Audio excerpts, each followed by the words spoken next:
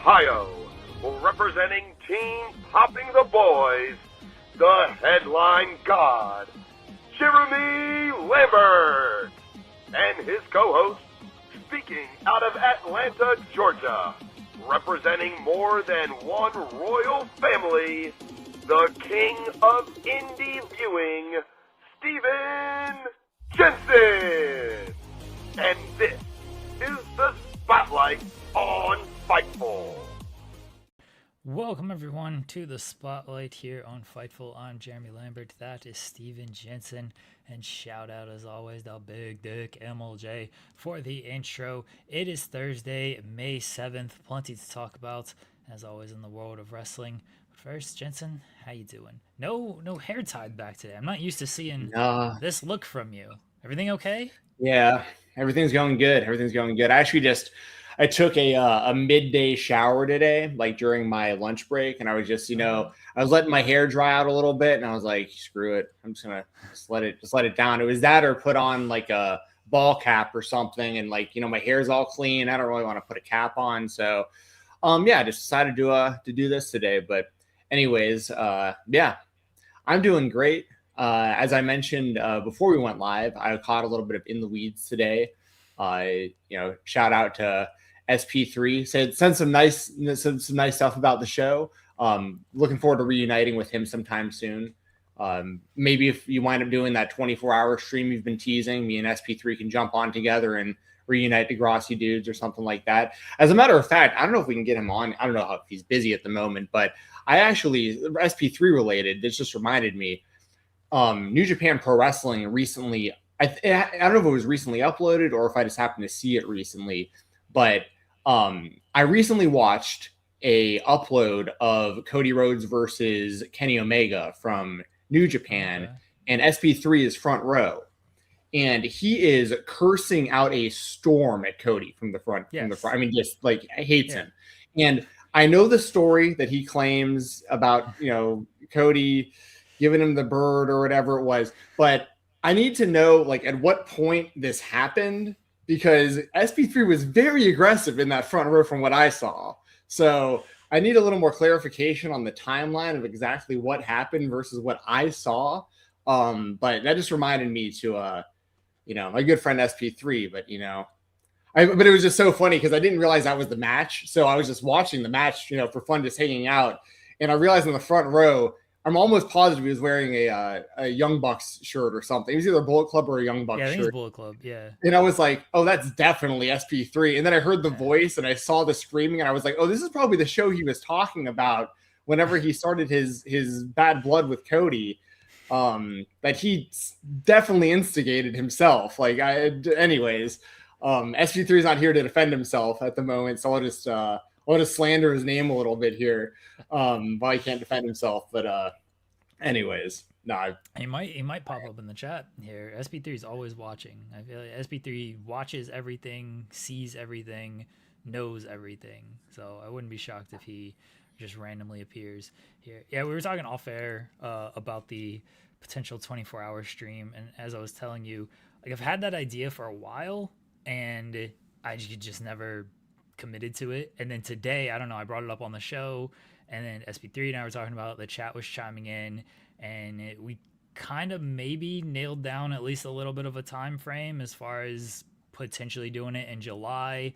We kind of maybe nailed down a day as far as doing it on a Thursday to a Friday, because that would make some sense for one. We could basically start it a little bit before this show, and then we could do this show. We could do as long as we want for the show because the whole stream's 24 hours. And then I could run into In the Weeds on Friday morning, and then I could be done Friday evening and then sleep all of the weekend, hopefully, with the way things go. And Thursday makes some sense because, no offense to TNA, but that's what's on that day. That's not exactly the most important thing in the world compared to the other 4 shows during the week. So that makes sense as well. Maybe we'll do something fun, like like the middle of the night, like when nobody's awake, for like the super hardcore fans that are like watching it Because I mean, if you're doing 24 hours, we're talking overnight. You're going to need content for 4 in the morning. Non-copyright music, glow stick rave with me in a Stardust mask at like 4 a.m. for super chats. Like we'll do like some weird overnight stuff for the 24-hour stream. I haven't whipped out the Stardust masks and gloves in a while. I'm hoping that's when Tony Khan's gonna join us, because that's about the only time of day he's up.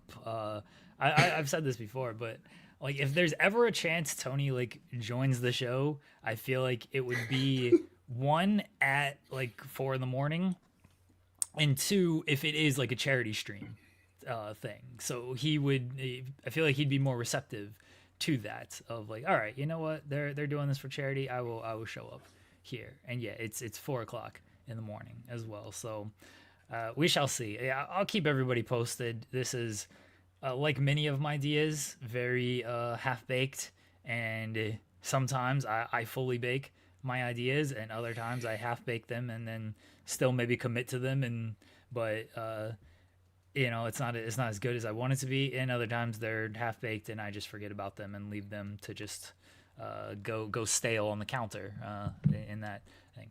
That's why I do it into like July. That's what we were talking about. Like I couldn't do it during the school year because that puts too much on my wife, and she already does enough, and I don't want to do that to her. But doing it on like a summer day takes a little bit of pressure off of her. Like she still already does too much and would still want to do too much, and she's way more than committed of like, nope, do whatever you want to do whenever you need to do it. I will take care of things, because she's the best. Like I hope she knows she's gonna have to like hand me water, hand me some food and things like that. Like she's committing to this just as much as I am, and that might be an issue as well. That's funny.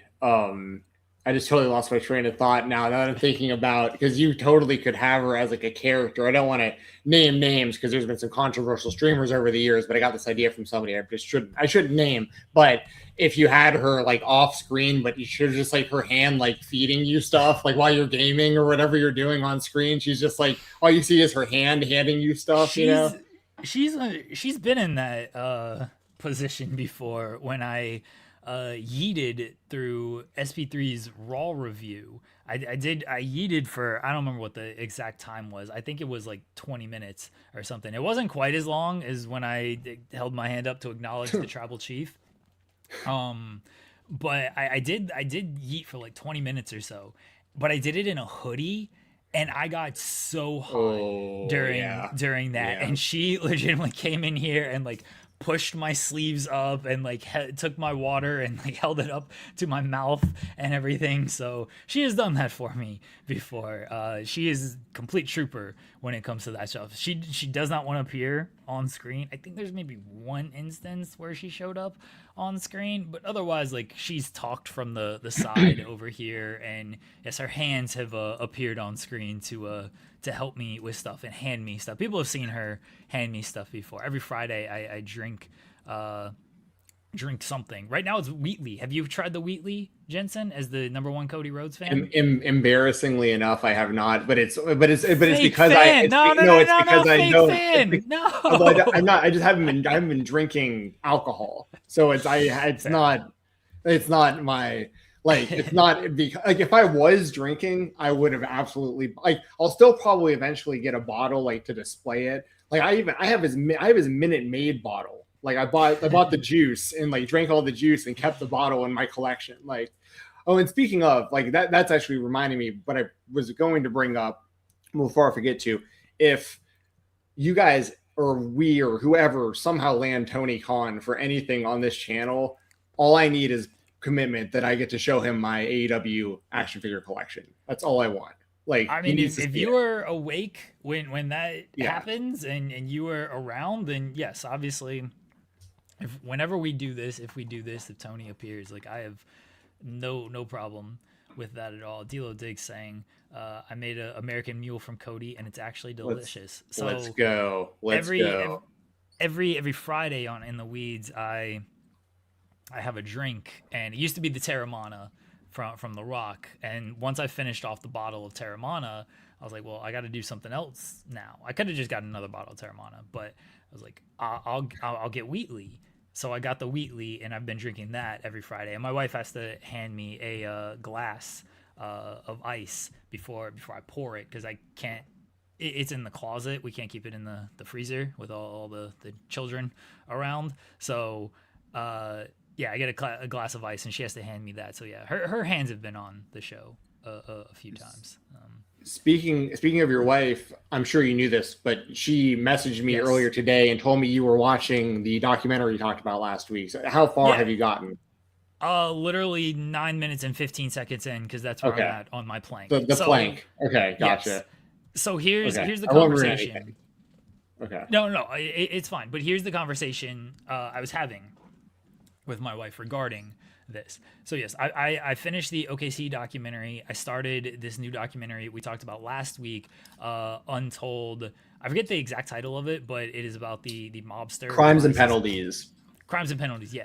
About the mobster who buys his 17-year-old kid a hockey team, and that's all I know about it so far. It's just the principle, or the description of it. And again, I'm like 9 minutes into it, but I plank with who I call the tiny one, and the tiny one is younger and should possibly not be watching things like this, but the tiny one does not actually like watch when I watch. Now the tiny one hears everything that is being said. And in the first 9 minutes, there are curse words and things like that. Yeah, I'm not gonna give the age, but probably should not be hearing too much of this. And so the conversation I had with my wife was, I don't think there's like killing and murder and like they show anybody dying or anything. My wife is like, well, it's a mob. It's the mob with a hockey. Like there has to be some type of murder here. I told her, I not to cut you off, but like, I know where you're going with this. I actually wound up watching the whole documentary after she messaged me. I watched it, but I was actually pretty slow at work today. So I watched it in the background. And as far as that goes, there are a couple instances where they essentially float the idea of doing something to someone because of something that happened in hockey, but that never actually goes through with it, and it all gets handled on the court. But like it's not a documentary for kids. Like a kid shouldn't be watching this probably.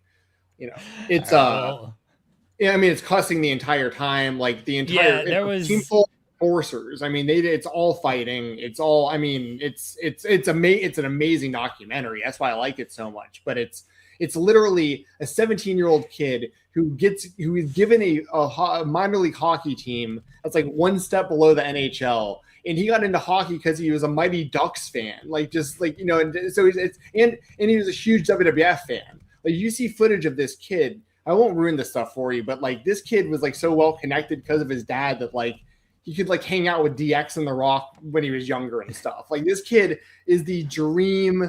Like if you were a hockey fan or like a little big league fan like myself, in the movie where the kid manages and owns the Minnesota Twins, like this was a real life kid who did this, and it just like flew under the radar in the early 2000s, and it's a great story. And the mob is heavily tied to it, and that's why a kid shouldn't probably be watching it. But you and your wife, I think, would really enjoy it. It's a solid hour and a half or whatever length. Like I'm still gonna watch it.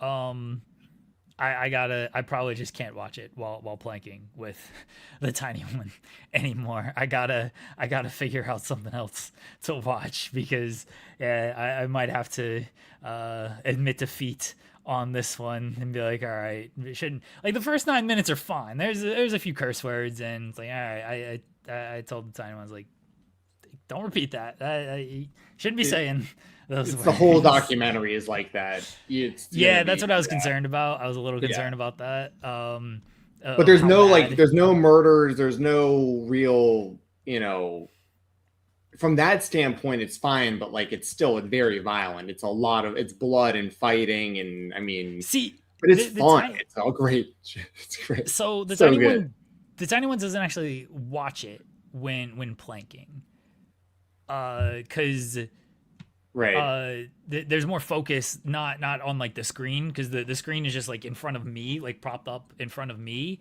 while they're looking off to the side, and so it's mainly the words that they hear that is the more concerning part. I was concerned about like gunshots and maybe descriptions of whatever they might be doing to people. So I was more concerned No. about that.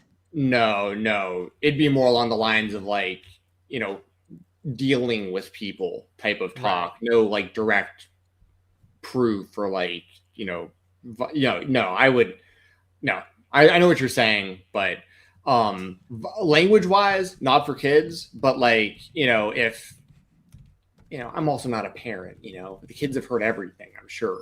So it's just more about like teaching, it's probably just more about teaching your kids like when not to repeat it, but kids have access to the internet these days. Like there's nothing I could say right here, right now that a kid hasn't heard. You know what I mean? It's just the Right. truth of today's day and age.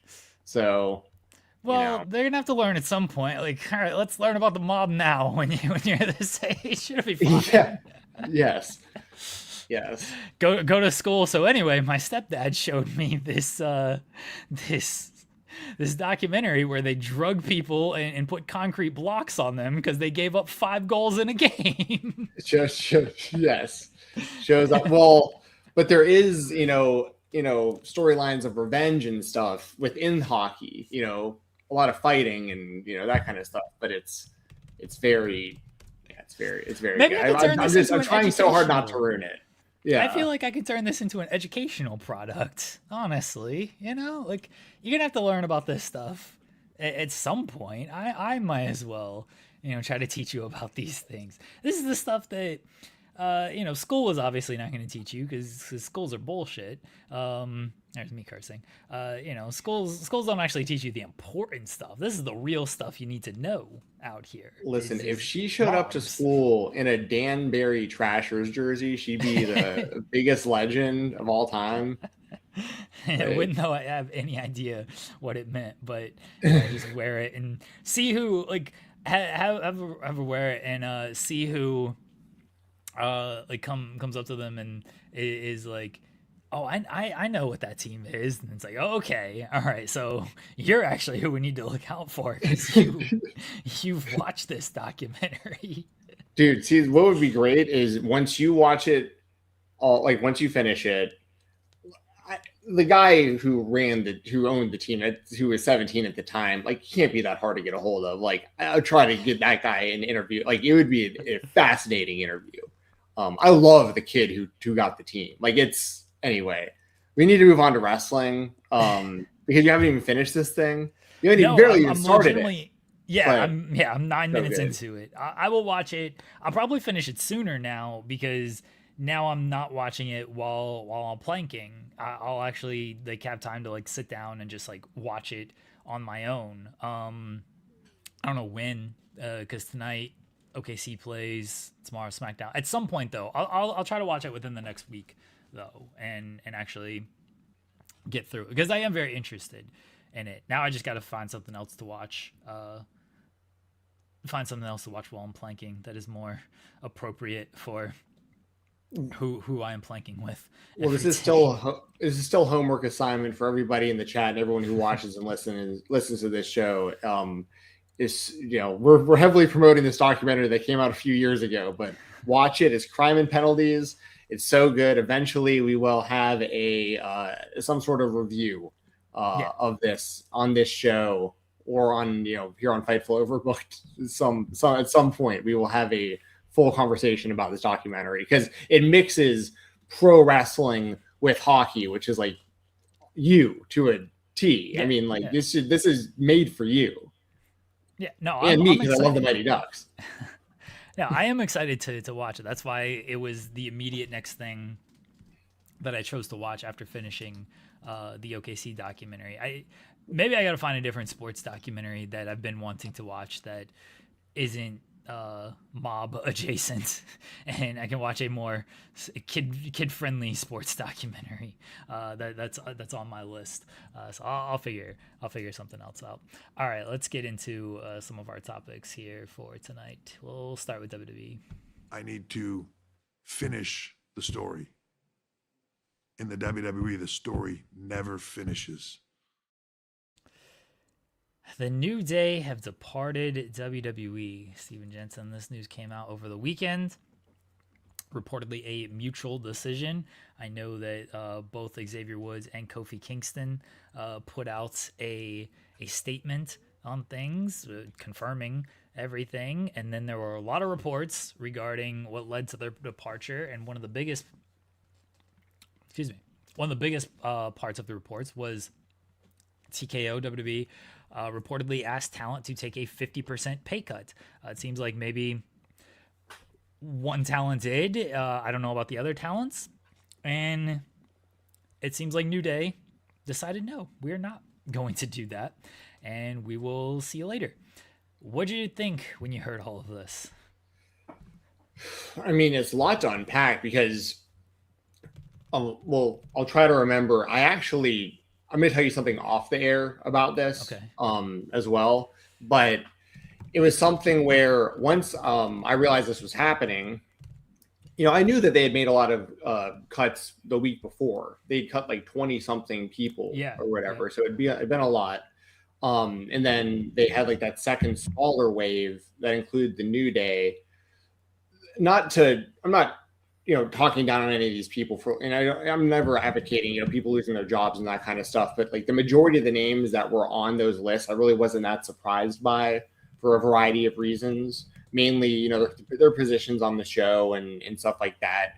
But the New Day is very different for a lot of reasons because they're like an institution of the company. Like they were just, and it's a really bad look, obviously, for the WWE to be trying to get people to take 50% pay cuts or any kind of pay cut, really, that have signed, especially long-term deals with them. But to do that, it's not cool to do it to anybody, obviously, but to do it to the New Day is just, once again, just on a different level because you're talking about, Kofi had been there for 20 years and Xavier like 15 or so. I mean, a very long time.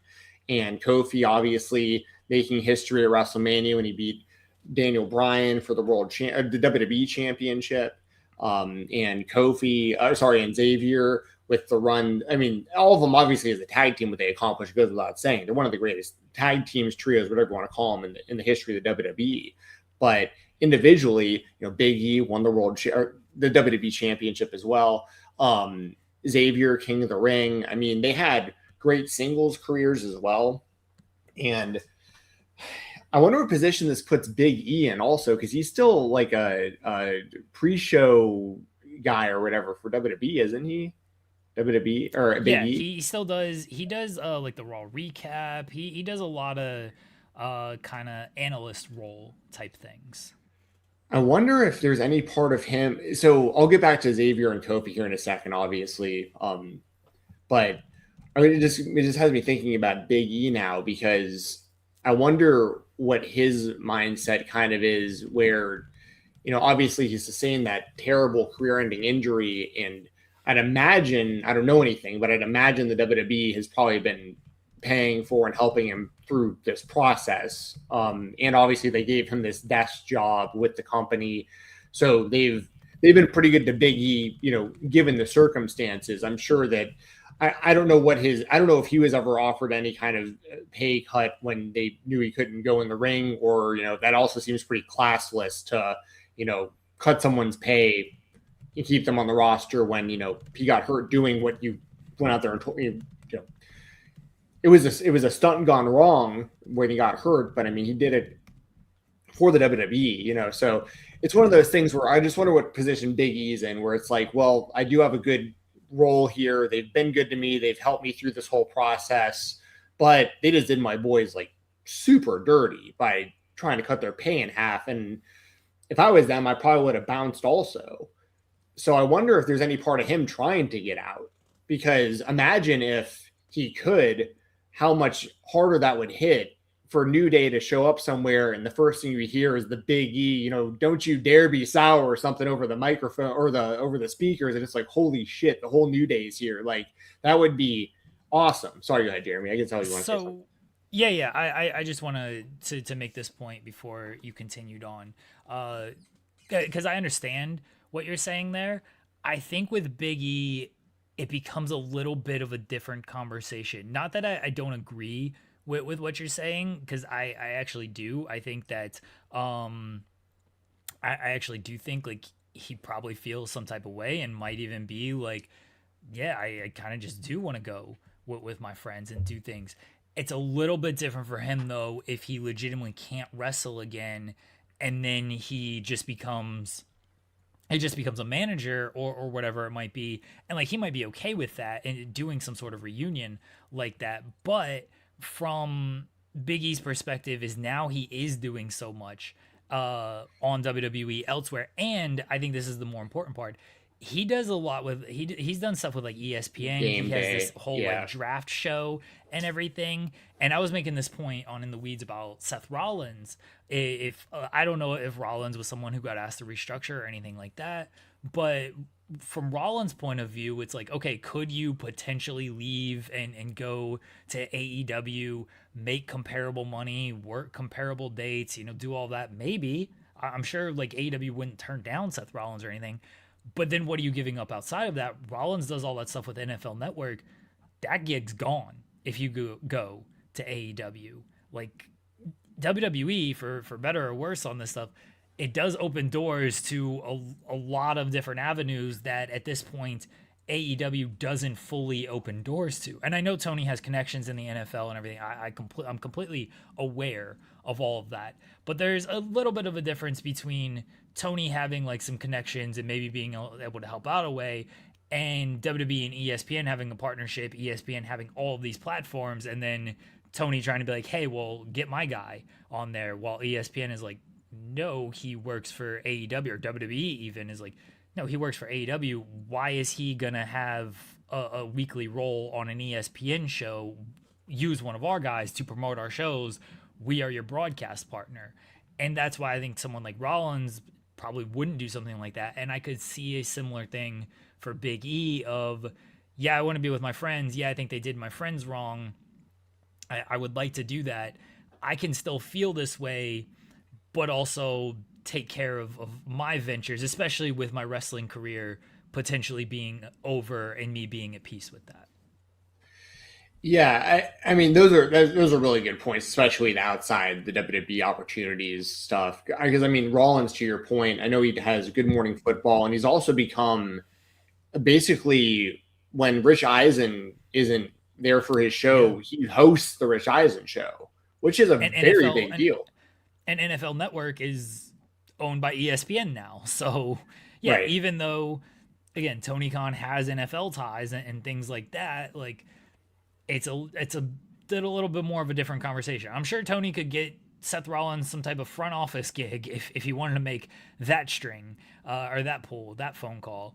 It's probably a little bit tougher for Tony to be like, hey, put my guy as the Rich Eisen show host, when ESPN is like, well, he works at AEW now.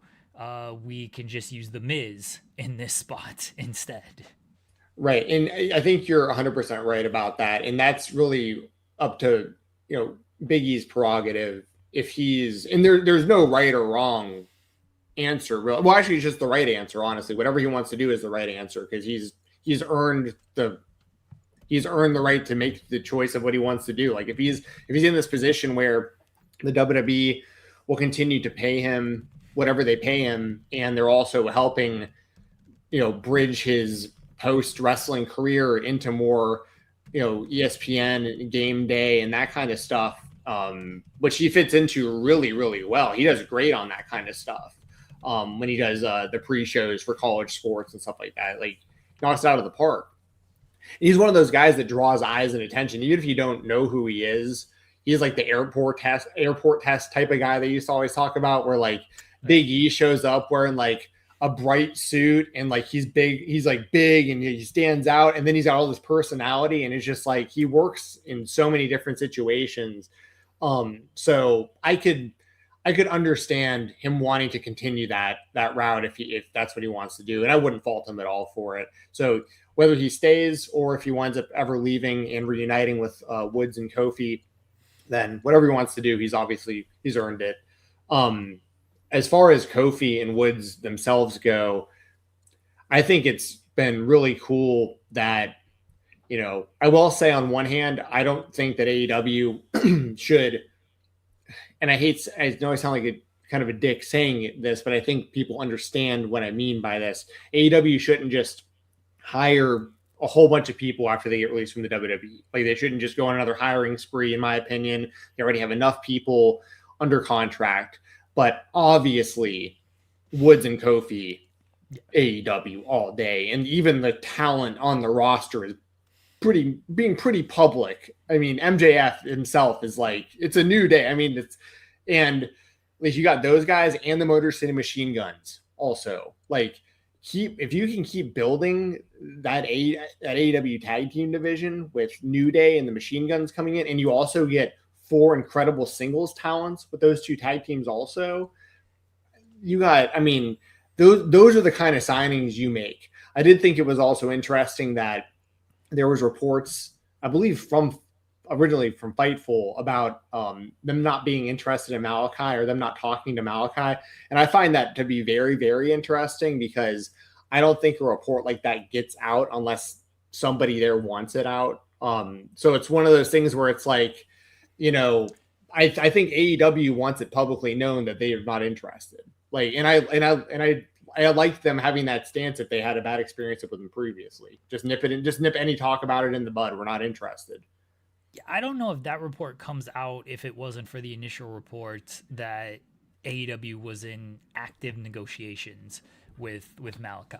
And somebody wrongly reported that first, and then I didn't know that there was a previous report that was incorrect from somebody about that. Yeah, I don't think this was hey, we're definitely not interested in this guy. Like, shoot that down right now. I think that was a response to the initial report of they were in active negotiations, which was a report that never really made sense to me, because it's been like a week, maybe I guess 2 weeks since that release, and I don't think AEW was going too heavy 2 weeks into that.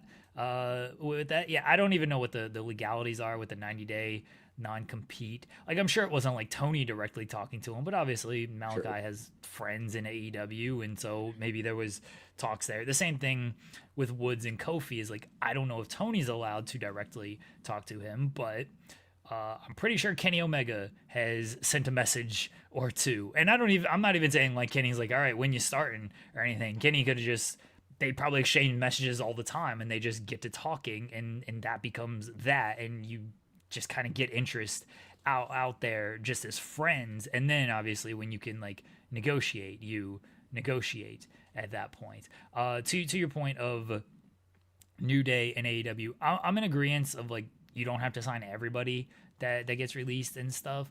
One, I never know what other people want off of this.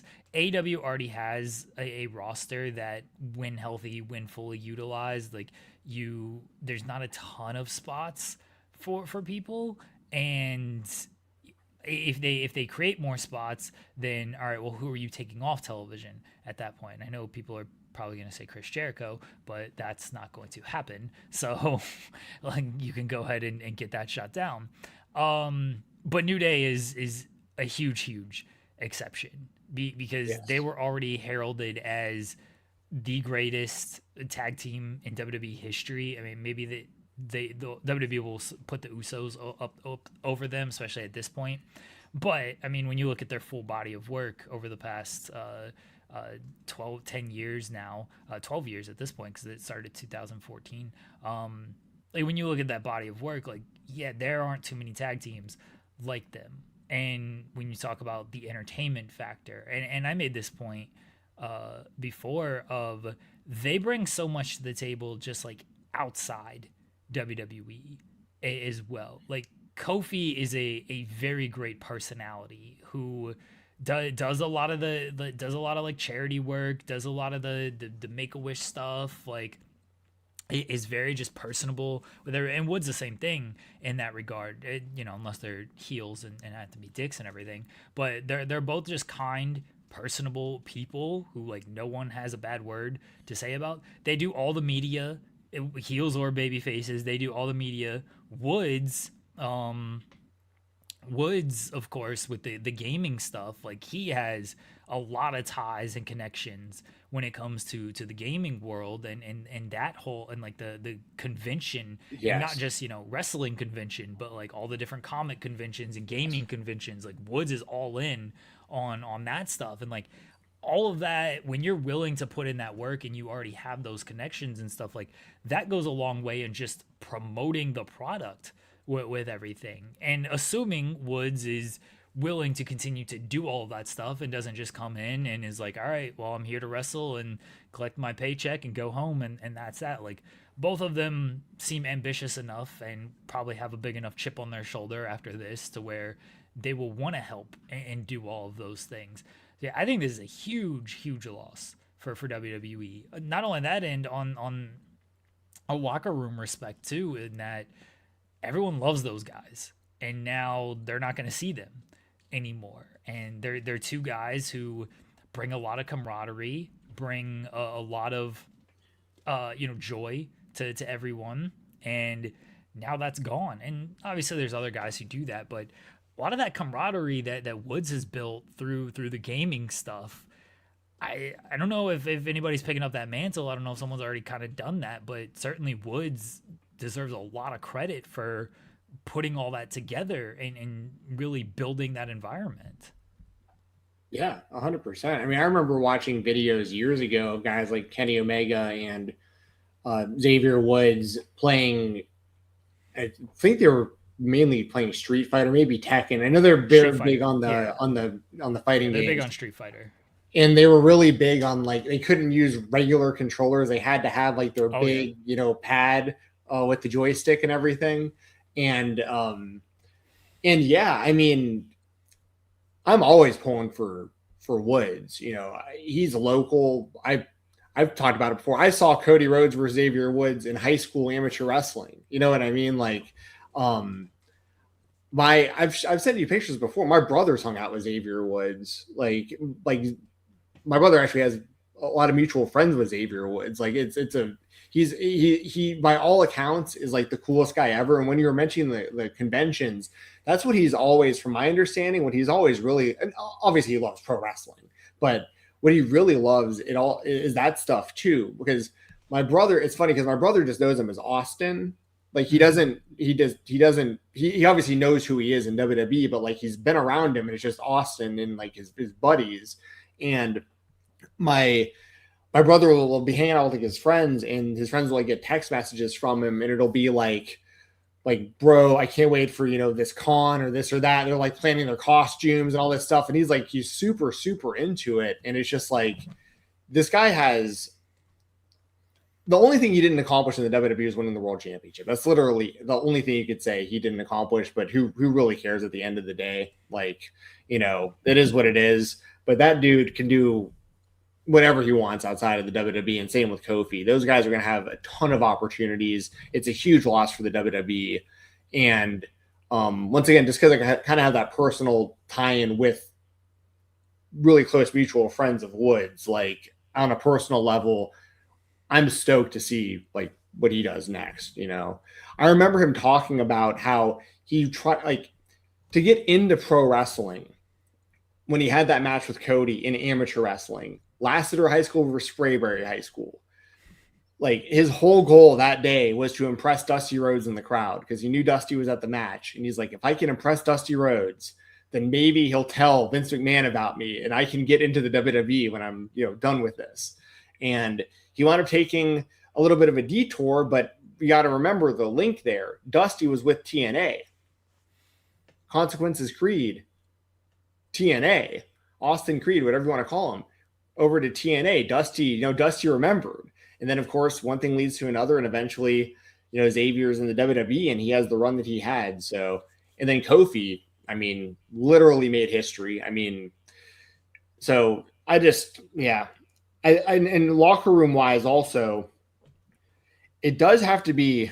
I'd be very interested to get in the head of someone like CM Punk, for instance, maybe Cody Rhodes, Roman, Seth, these guys who, like, I would imagine that those guys aren't being told to take pay cuts, or if they are, it's way less significant. I would imagine they're not really messing with like their top guys.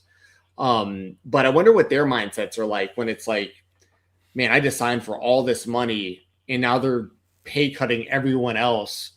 And that's also where the whole idea of, if the wrestlers were unionized, this looks completely different. But that's like literally a completely different situation, which is like a whole rabbit hole of a conversation when you talk about unionizing in MMA or in pro wrestling. It's a long conversation, but it's one of these things where that's kind of where what it comes down to. Because if these wrestlers were unionized and had had collective bargaining, the wrestlers who were just told, hey, we're going to cut your pay in half, take it or leave it, they would have had actual, negotiation, bargaining power to some degree. And it comes down to it, the wrestlers strike. And that's obviously why this will never happen in wrestling.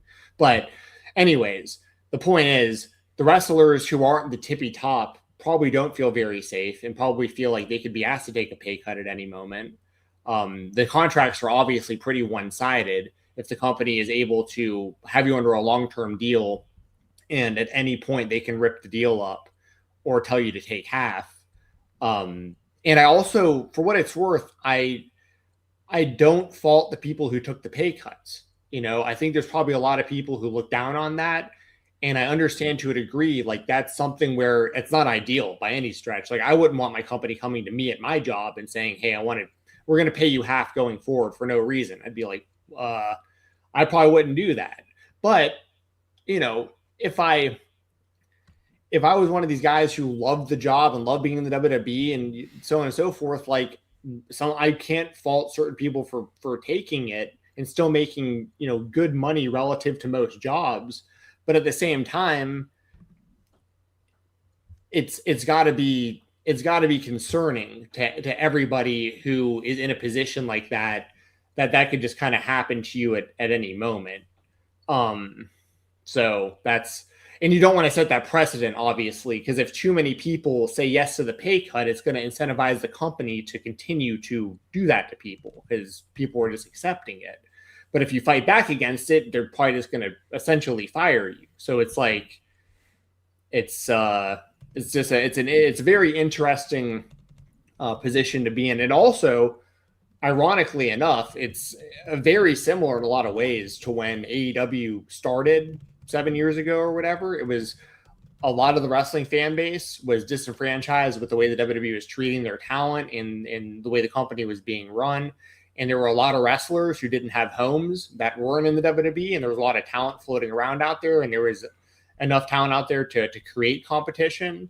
And, so it's one of these things where it's almost kind of full circle where AEW, could win over a lot of fans, I think, because of how WWE is treating a lot of the wrestlers that, the WWE fans love. So anyway, there's a lot that goes into it. Obviously, it's a very layered conversation. But at the end of the day, I think it sucks to go to anybody and tell them, yeah, I know you signed a 5-year deal and we're, 2 years into it. We're just going to pay you half or you can leave. Like what? That would suck. I wouldn't want to have to deal with that. I don't fault the people who quit. I don't fault the people who stayed. And I doubt it's happening to the tippy top people, but I also think there's a lot of wrestlers out there talking about workers' rights and doing what's right for the boys, and they are getting paid a ton of money while a lot of people are taking pay cuts. So I wonder how they feel about that. It's a dilemma kind of for everybody. I think a 50% pay cut is absolutely absurd. Like it is, undoubtedly. You want to ask somebody to take a 5% pay cut? Okay, I still don't think like you should, but okay, fine. 50%? What? That's insane to me to do that much. Yeah, I don't. If people want to turn that down, I don't blame them if they want to turn that down and go elsewhere. Not everyone is going to obviously have the options that New Day will most likely have. You know, AEW isn't going to be able to sign everybody when it comes to this. And like I mentioned, there are other factors of like, okay, well, 50% is still, I'm going to use easy numbers because I don't like doing math. If you're making 2 million and they ask you to take 50%, so it's $1 million, it's like, well, it's still $1 million. Like, you're still in pretty good shape making that much money. And nothing else really changes for you. You're just making less. That, which still might be more than whatever, again, AEW might get you, whatever you can get on the independent scene. Like, and not everyone's going to have the option to just go to AEW, go elsewhere, do all these things. Yeah, everyone has the option of the independent scene, but are you better off working there compared to taking the WWE money and probably being looked at, not that there's any loyalty in WWE, but being looked at like, oh, okay, this person took a 50% pay cut, and, you know, we won't release them, at least not this round. You know, maybe next round we'll see what happens. But I just think 50% is an insane ask. It is really what this comes down to. It is. Well, and also, I mean, I didn't even mention this, but I just kind of think it goes without saying. The underlying theme or real idea behind offering somebody that is essentially saying we're firing you on, you know, like like they're doing that to people. They don't care if they're staying or not. You know what I mean? Like, you don't offer someone a 50% pay cut because you want them to stay. You do it because it's like, well, I mean, we'll take them on the cheap, but like, we're not going to really pay them, you know, they'll take it, I guess. They're basically calling them suckers if they take it. I mean, that's kind of, you know, I don't view them like that, because I think people have to do what's best for their families. You know, the people who took 50% pay cuts still might be making like $100,000 or something, or more than that. I don't know, which is still, once again, good money relative to most, you know, regular jobs. But I know there's a lot that goes into being in the WWE. I mean, it's more than just showing up and having your matches and stuff. I get that it's a job where you should get paid a lot of money. But yeah, it's I mean, to ask those kind of pay cuts. I mean, I remember AJ Styles essentially left TNA for the same reason. I mean, they I think it was the same exact thing where it was like 50% that they wanted to cut his pay. And I think even back then in TNA, which in that case was, not to compare, you know, to compare these two instances, but like, that was so insane because AJ was literally the face of the company. And that was like, that changed the whole entire identity of TNA/Impact completely by losing him. And they cared so little. They, whatever you said, 60% pay cut or whatever it was, that's crazy. And obviously I think it's crazy to offer that kind of thing to Woods and Kofi as well. But, you know, WWE is in a position where, for the most part, WWE is the draw, or at least that's how they see it, at least at the moment. You know, the WWE is the draw, WrestleMania is the draw, the branding is the draw, you know, them coming to your town, and the local commerce is the draw, and all that stuff. But, you know, in TNA, it was like you had AJ Styles, and he was like, that was your company. Like, you just offered your entire company a 60% pay cut, basically. Idiots. So anyways, New Day, listen, a lot of these wrestlers are going to have plenty of opportunities. And we didn't talk about the wrestlers, the 20 or so wrestlers that got released a week before that. As far as most of them go, you know, I kind of have the similar mindset of, I watched Myers and Cardona, their podcast they did not long after the release, and they didn't say this, you know, like mean or facetiously or anything, but Myers especially, and Cardona has obviously been through it and been back, but he's like, I'm sorry, I don't feel any sympathy. He's like, y'all are going to be so much better off. Like, if you apply yourselves outside the WWE, the stuff you can accomplish, like look at, you know, Broski, you know what I mean? Like, you can do way better for yourself outside the WWE if you know, navigate it correctly. So it's like, we don't even, you know what I mean? Like, obviously people don't like seeing people get, you know, lose their jobs, but a lot of these wrestlers, if they're dedicated, and then not even in that world, even if you don't even like wrestling and you don't want to hit the indie scene, look at guys like, you know, Boogs and Mason Ryan and these guys who have these, you know, careers in entertainment. Like Mason Ryan does the Cirque du Soleil stuff, and And there's Boogs and these other wrestlers, and I think Wardlow, even though Wardlow's technically in AEW still. But the point is, you got American Gladiators. You have like there are opportunities out there for a lot of these wrestlers.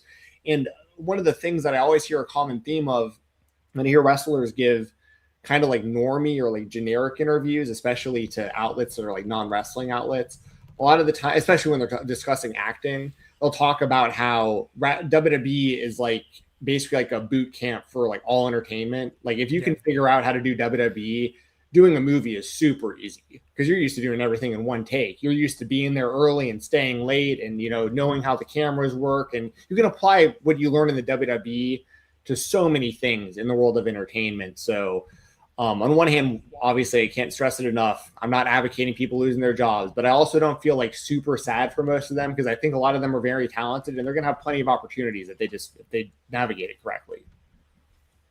I understand what you're saying. I mean, I feel bad that they sign these contracts and then it's like, okay, well, you're gone now because we can do this. I think that's complete bullshit. Sure, I agree.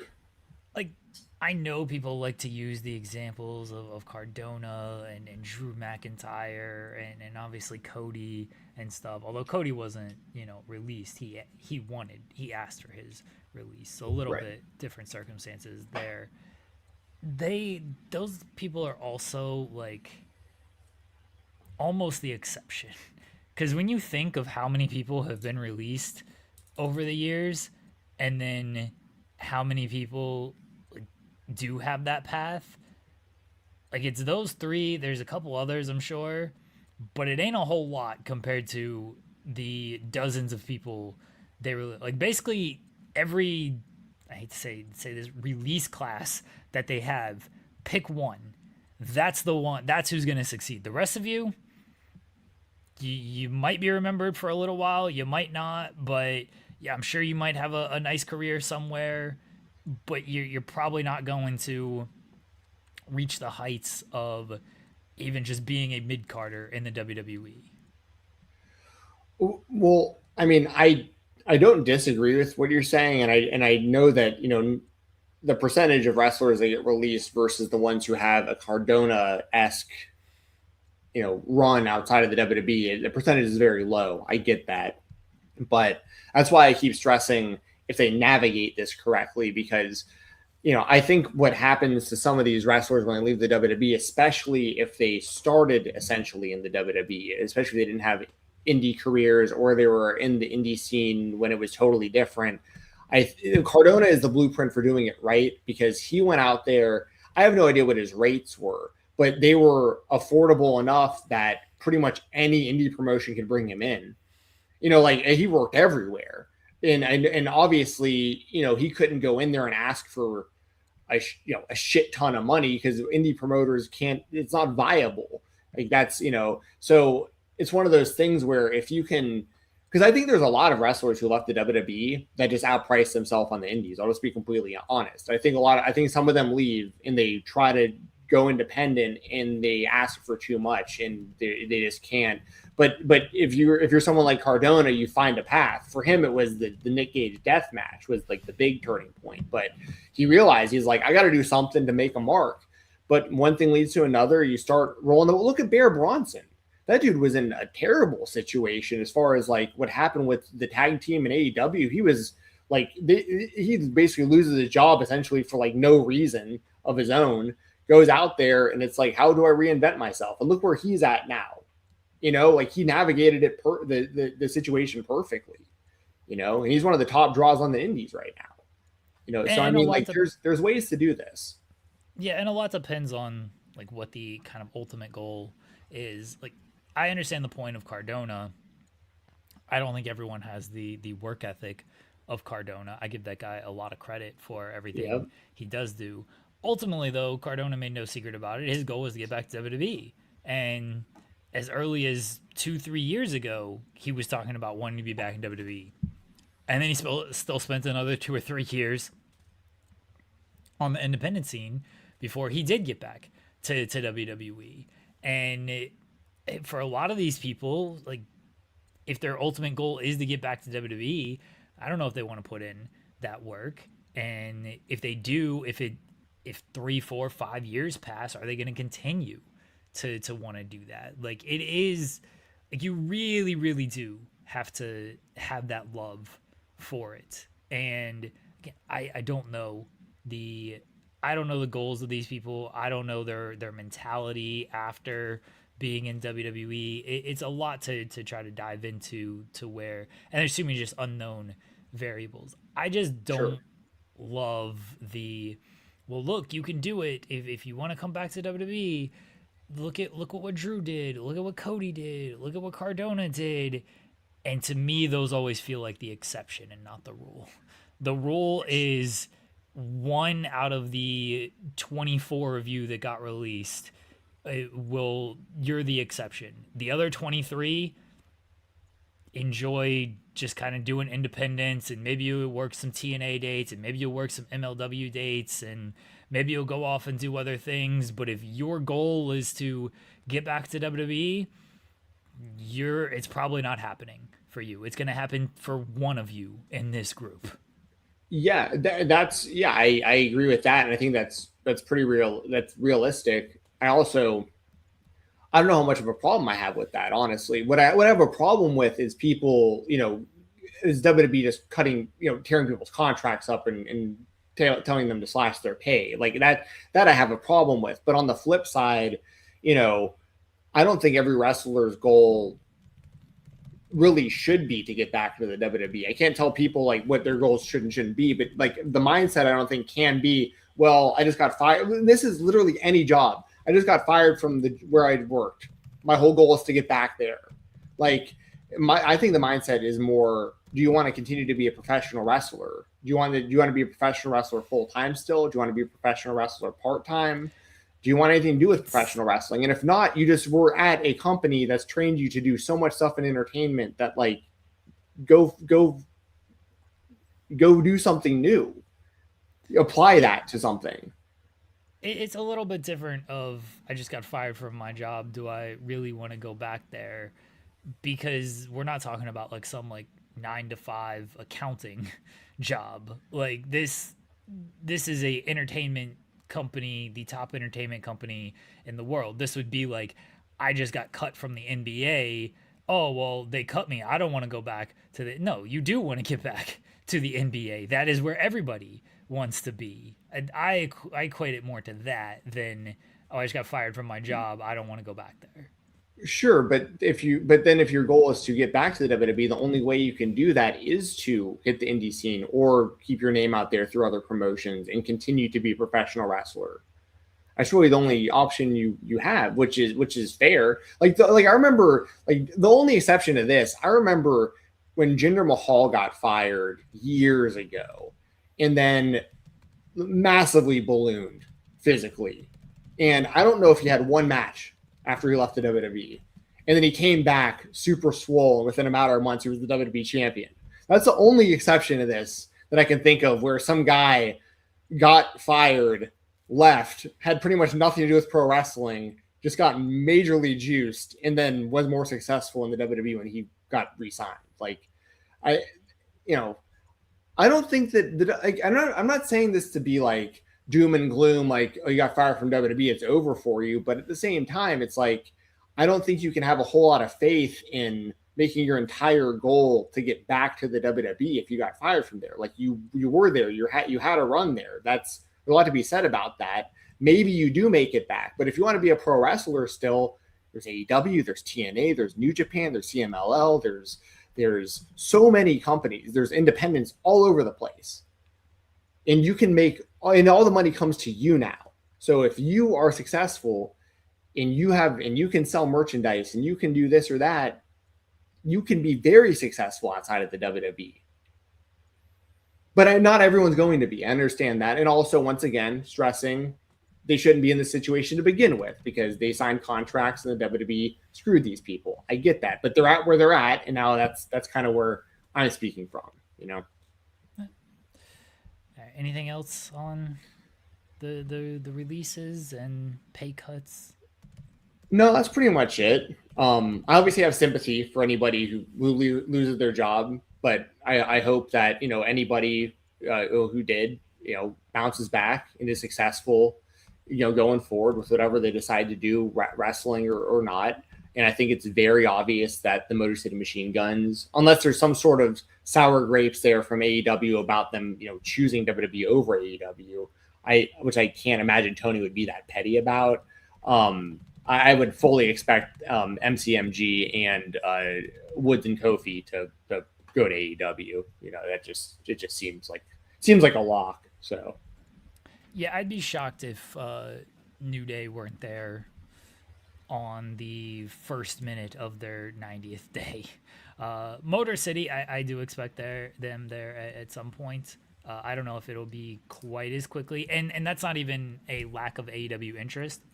That might be them maybe wanting to do some indie stuff, maybe want to just like get out there and just kind of do something else instead of immediately jumping into being on television wrestling again. And I have no insight on that. Might be the thing they want to do. Yeah, maybe they want to do some single stuff. Their mindset just feels like it might be a little bit different than Kofi and Woods, who I feel their mindset is they know they can go to AEW. They know the impact they would have on AEW. They have a giant chip on their shoulder in wanting to kind of stick it to WWE with everything. And they are going to jump at that opportunity immediately, and they're not going to just like randomly show up at a GCW show. Yeah, I think that you're 100% accurate on all of that. So looking forward to the future for especially for the New Day. Yeah. Now let's head into AEW. Over 1 million fans and a great number in the demo tuned in. And it was a great show, and I think it's been a run of great shows. The AEW World Title scene with Darby Allin. He is set to face Pac on Saturday. He is set to face Kazuchika Okada on Wednesday, assuming he beats Pac. He faced Kevin Knight this past week, and it seems like he's going to have a title versus hair match against MJF at Double or Nothing. A lot to unpack here, Jensen, I know, but what are your thoughts on... We'll kind of start with the matches that have happened and are upcoming for Darby, and then we'll get into the hair match against MJF. Well, I thought that the match with Kevin Knight was very good. I think all of Darby's matches have been very good. I've really enjoyed this title reign. I know it's crazy, right? A pro wrestler who's the world champion who just goes out there and defends the belt every week. I think it's pretty badass. And it makes perfect sense given the circumstances because we all expect him to lose the title back to MJF. So, get as much as you can in a short amount of time with Darby with the championship. I'm all about it. I also thought it was cool that they mentioned on commentary last night that Darby's the first wrestler in AEW history to defend the world championship 3 weeks in a row. So that's pretty sweet. So he's making history in a short time as well. They set up Andrade for the, what are they called? Fairway to Hell? Is that what they're calling it? Fairway to Hell. Which I'm looking forward to. This Saturday should be a fun combat sports weekend. I know Saturday there's that's a little earlier in the evening, I want to say, because then there's also WWE Backlash is Saturday as well, right? I'm pretty sure Fairway to Hell is at 8:00, the usual time. Okay, so I guess they're going because Backlash is Saturday, isn't it? We didn't even talk about Backlash during the WWE. I don't even care enough about the show to give you a prediction, honestly. As you said, Cody's not involved, so you don't care. I said that in our messages. Yeah, I was like, Cody's not there, so no one even cares. The real champ won't be on the show. I'll be watching though. Yeah. And then also Fairway to Hell. Fairway to Hell's at 8 because Backlash actually starts at like 6 because. I'm pretty sure it's because of the UFC show, since that starts the main card at 9. I'm pretty sure the WWE show is going to probably end around 8:30-ish because they don't want to overlap with the UFC show. Now, if it was like a fight night, like they run a fight night every single Saturday, so that's not a big deal. But I know it's a numbered event this weekend, and so I don't think they want to overlap that. Yeah, that's what I was getting to is there's the UFC also on Saturday night, which it makes sense timing wise if they did it that way. Because like you said, when it's a fight night, they'll overlap whatever, like no one really cares. But this is what used to be called a pay-per-view, now a numbered event, as you mentioned. So big Saturday. And I also don't know, I haven't even looked, but I'm sure there's indie shows over the weekend. So I don't care about any of this. Thunder play, Avs play on Saturday. That's what I'll be watching. Oh, well, there you go. So I'll be anyway, looking forward to Saturday. And that just reminded me, because Fairway to Hell will have Andrade taking on Darby Allin. I'd imagine Darby will retain there. It's Pac. I'm sorry, Pac. I apologize, Pac. I don't know why I confused the two. Pac made the challenge during he like called them out with the Death Riders behind him in their room or whatever they were in. I don't know why I was saying Andrade also called him out. He has a lot of people challenging him right now. Yeah. I know I'm getting confused because they also ran the thing with the Don Callis family where like Okada challenged him because that got set up for next Wednesday, but he's also standing next to Takeshita and Andrade, who both want him also. So a lot of people lined up for Darby. So I apologize for getting a little confused there. I do think that Pac versus Darby will be very good, but I do expect Darby to retain over Pac and then go into Wednesday where I would imagine he would also retain over Okada. And I would hope it's a real match with a real finish, because I think that'd be a nice feather in the cap for Darby's title reign, because after that, are we looking at one more Dynamite until the pay-per-view? Or is that it? Is Okada it? No, there's at least one more. I'm pretty sure. It's May 24th is the pay-per-view. Yeah. So there's one more, because the 13th, and then there's Dynamite on the 20th. So yeah, there's one more after the Okada match. Okay, so it's supposed to be Pac this Saturday, Okada on Wednesday, contract signing with MJF on Wednesday for the Saturday after the following week. So there would be, hypothetically, there would be another Darby defense on Wednesday heading into, but yeah, I mean, which I'm obviously all for, but you would think that MJF would want, I guess he doesn't really care as long as he gets a title shot, but that said, let's talk about the hair stipulation. So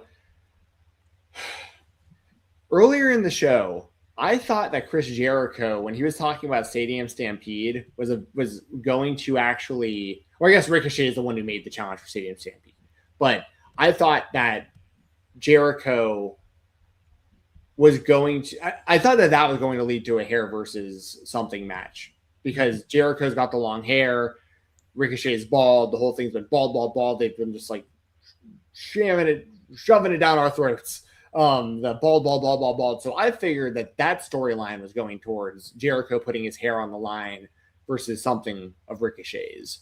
And I would have advocated for Jericho to win, by the way. One, because he needs to get a win over Ricochet at this point, and two, I don't want to see Jericho bald. But I do think that this MJF story, of all the things that Darby and MJF talked about in their back and forth deciding the stipulation, everything else seemed like a bigger deal than the hair stipulation. So when he mentioned the hair stipulation, I feel like the crowd was kind of let down by that. And I don't know if everything was a bigger deal. I mean, the scarf is. No, I know, but I'm just saying, like, relatively. I mean, but hey, the scarf is more of MJF's identity than his hair is. Like, it's not like I think MJF would look that bad with his shaved head. Like, it's not that big of a deal. Like, my thought was, okay, a scarf is he can just get a new scarf. A diamond ring, he has like 8 of those things. So what's one? Yeah. $1 million. Yeah, kind of like the Darby is like, what's $1 million to me? Like, Darby's not a person who lives that kind of life.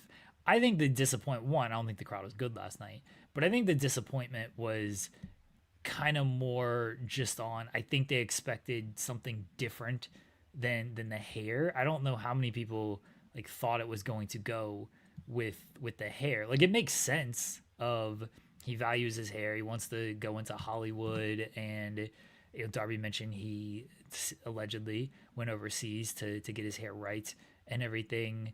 So it makes sense, but I think maybe the expectations were a little bit higher than, oh, I'm gonna put my hair on the line, because yeah, you could go bald, but we just saw a hair match a couple months ago, and Yuta's like already got a full head of hair again.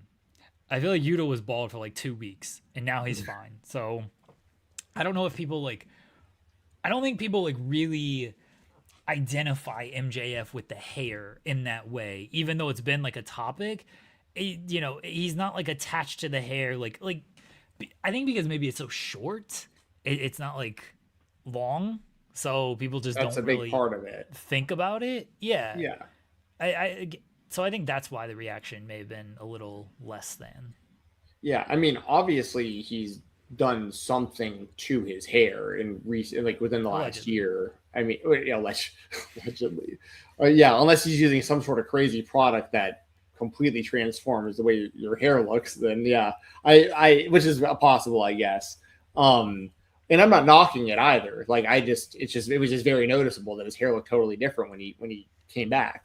But I also think it's exactly what you said. If he had, Jericho's hair or like my hair or whatever, like, yeah, it's a pretty big difference. It's completely John Morrison that just recently happened.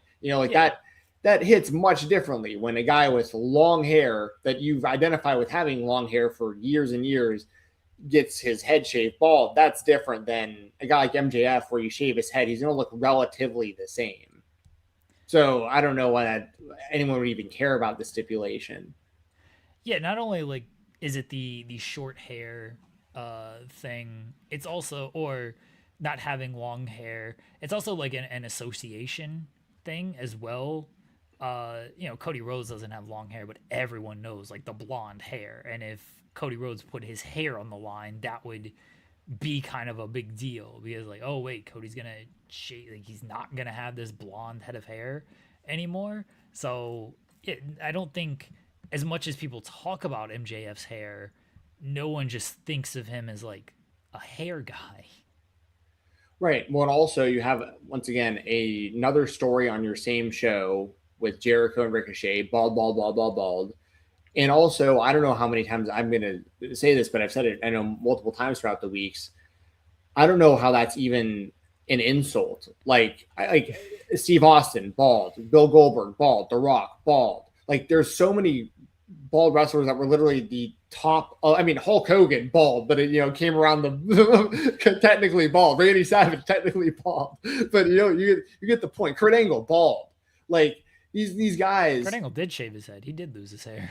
Yeah, I know, but and it was short at the time, kind of like MJF's. I mean, to be fair, but at the same time, there's been a lot of very successful. Literally, Steve Austin is arguably the most successful wrestler ever, especially for a certain point in time.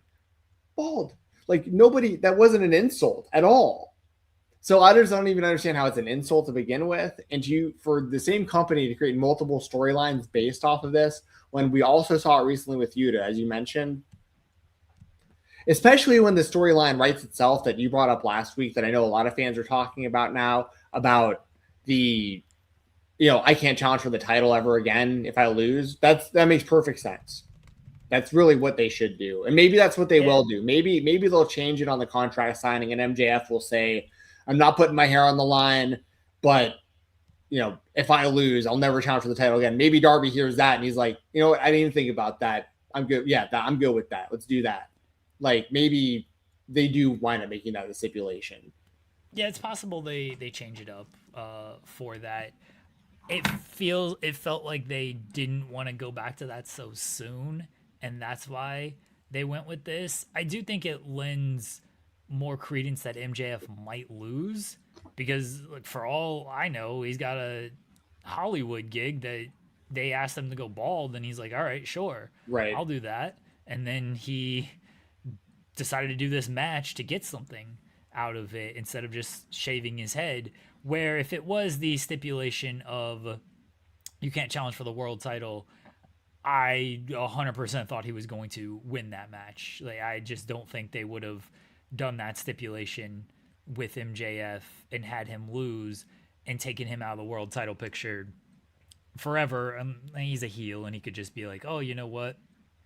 I go back on my word type of thing. But there is a contract signing with it, so he'd have to break the contract, and then it's wrestling. Yeah, they can always make things up as they go. He's got to come out to the ring and call Tony Khan a fucking mark again and negotiate the contract and MJF summer of the 2026 or whatever.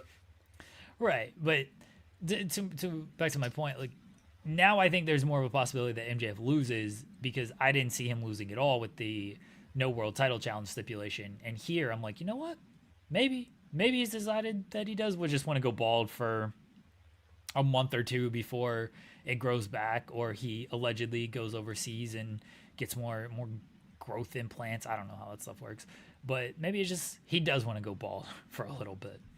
No, you're totally right about that too, though. Psychology wise, from like our fan perspective, it's way more likely that MJF would lose a hair match than he would a you can never challenge for the title again match. So I do think the hair match makes it less predictable of an outcome. I agree with you on that 100%.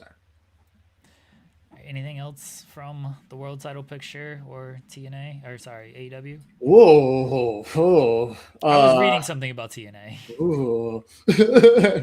I just saw that TNA is going to run the same day as what's AEW pay-per-view? Forbidden Door. Yeah, that was already announced. Yeah, Slammiversary was actually announced first, and then Forbidden Door got announced, and that became a whole thing of they're counter programming AEW. But AEW couldn't announce the venue for Forbidden Door because WWE was running that venue. Like, they didn't just secure that venue 2 days after TNA announced their pay-per-view. Sure. And we're like, hey, you know what? We're going to do this.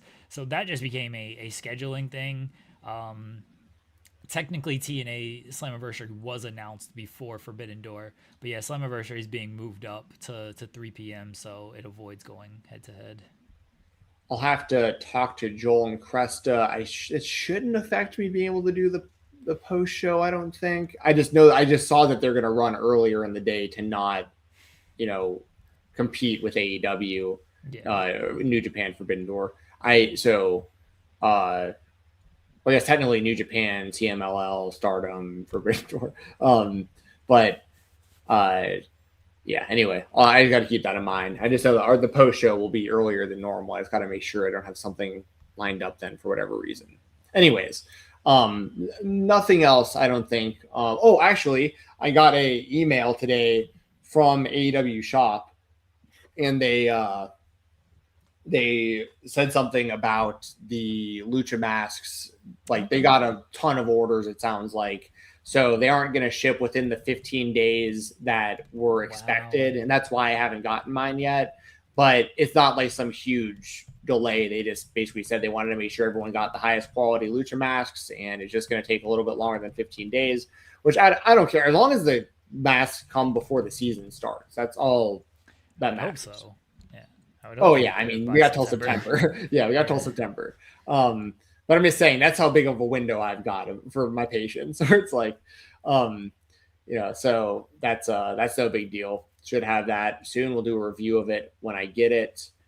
And is there anything else AEW related? Oh yeah, AEW Shop related. I saw another. Let me see if I can find it on my phone. I can't remember. We were just talking the other week about this, and I was like, AEW, we gotta figure out the merch. All right. We've been apparently laying people off and changing teams and changing designs and doing a whole bunch of stuff.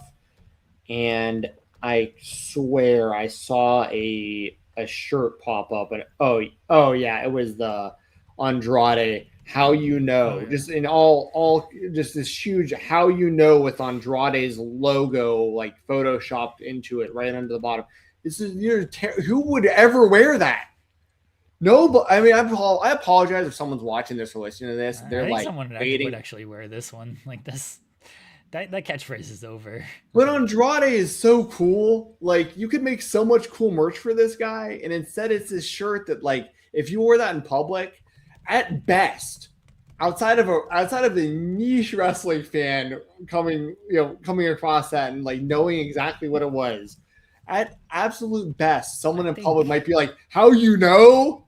Like they're just gonna read your shirt and just be like, "What is that?"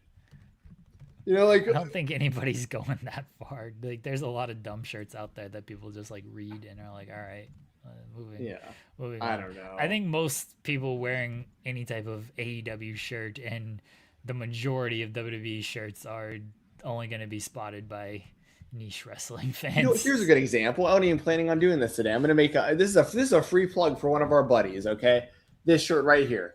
Okay, this is a Matt Mikowski shirt.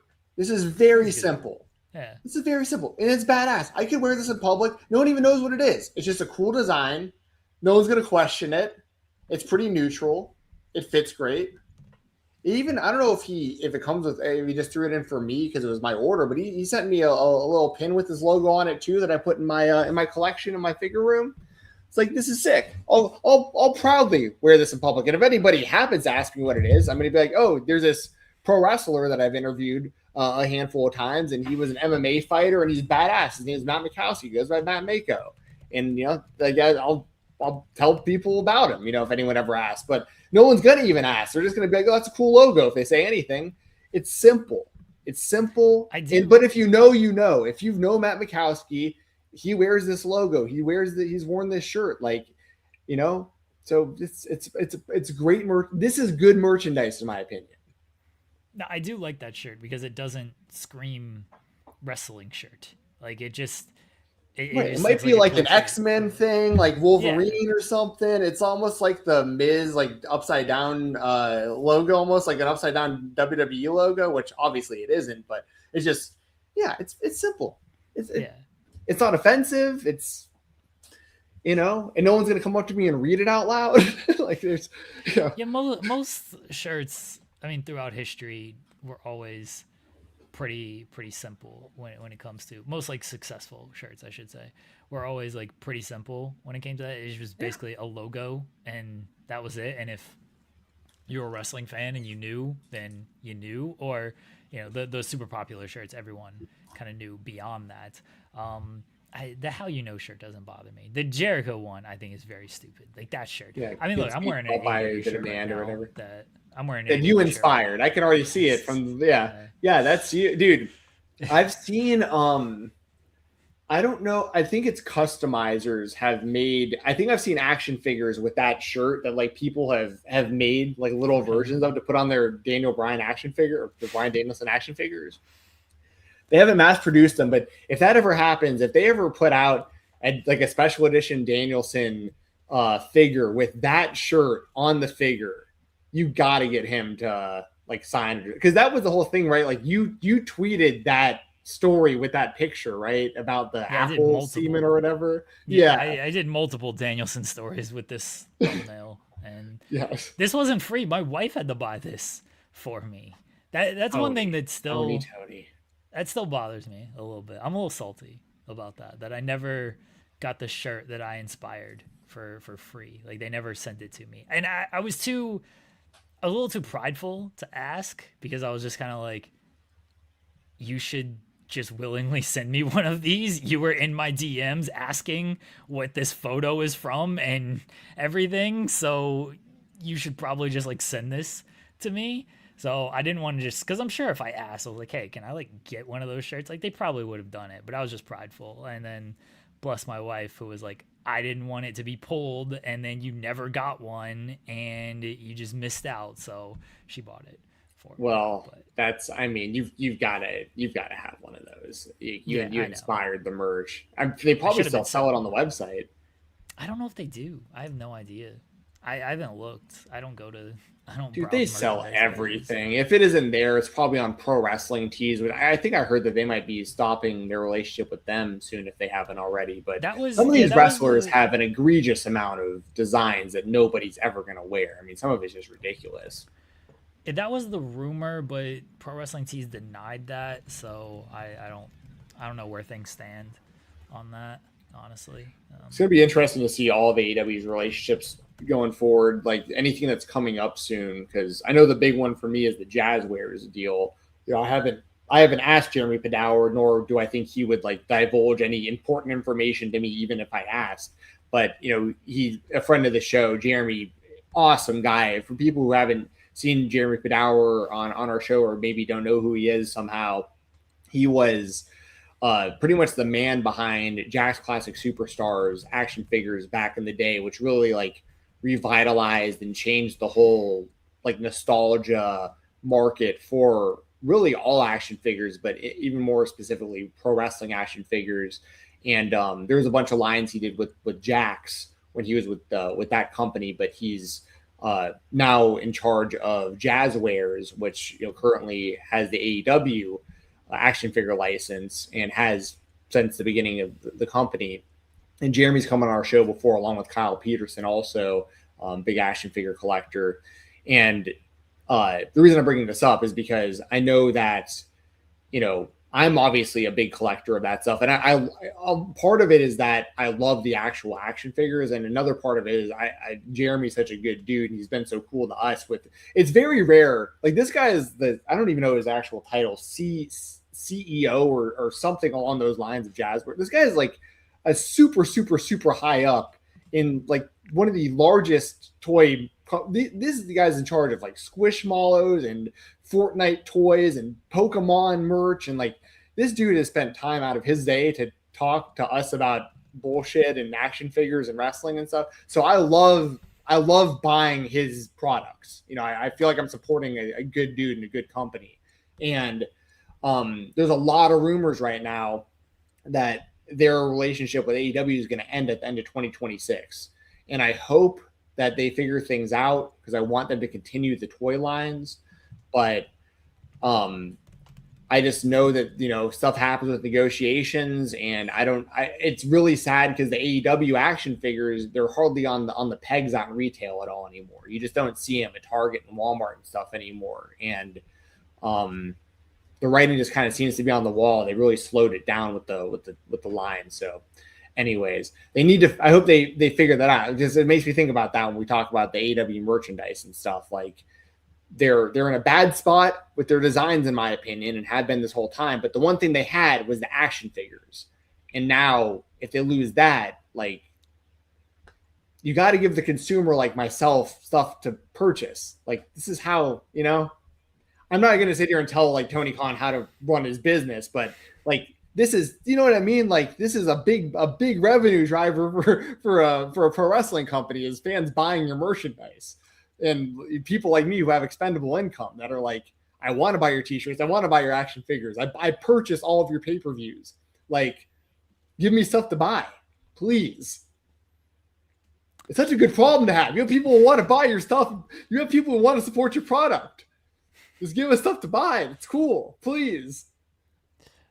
We're going to go to indies, and then we'll end with other. I'm going to give a big motherfucking shout out. GCW was at the ECW Arena this past weekend.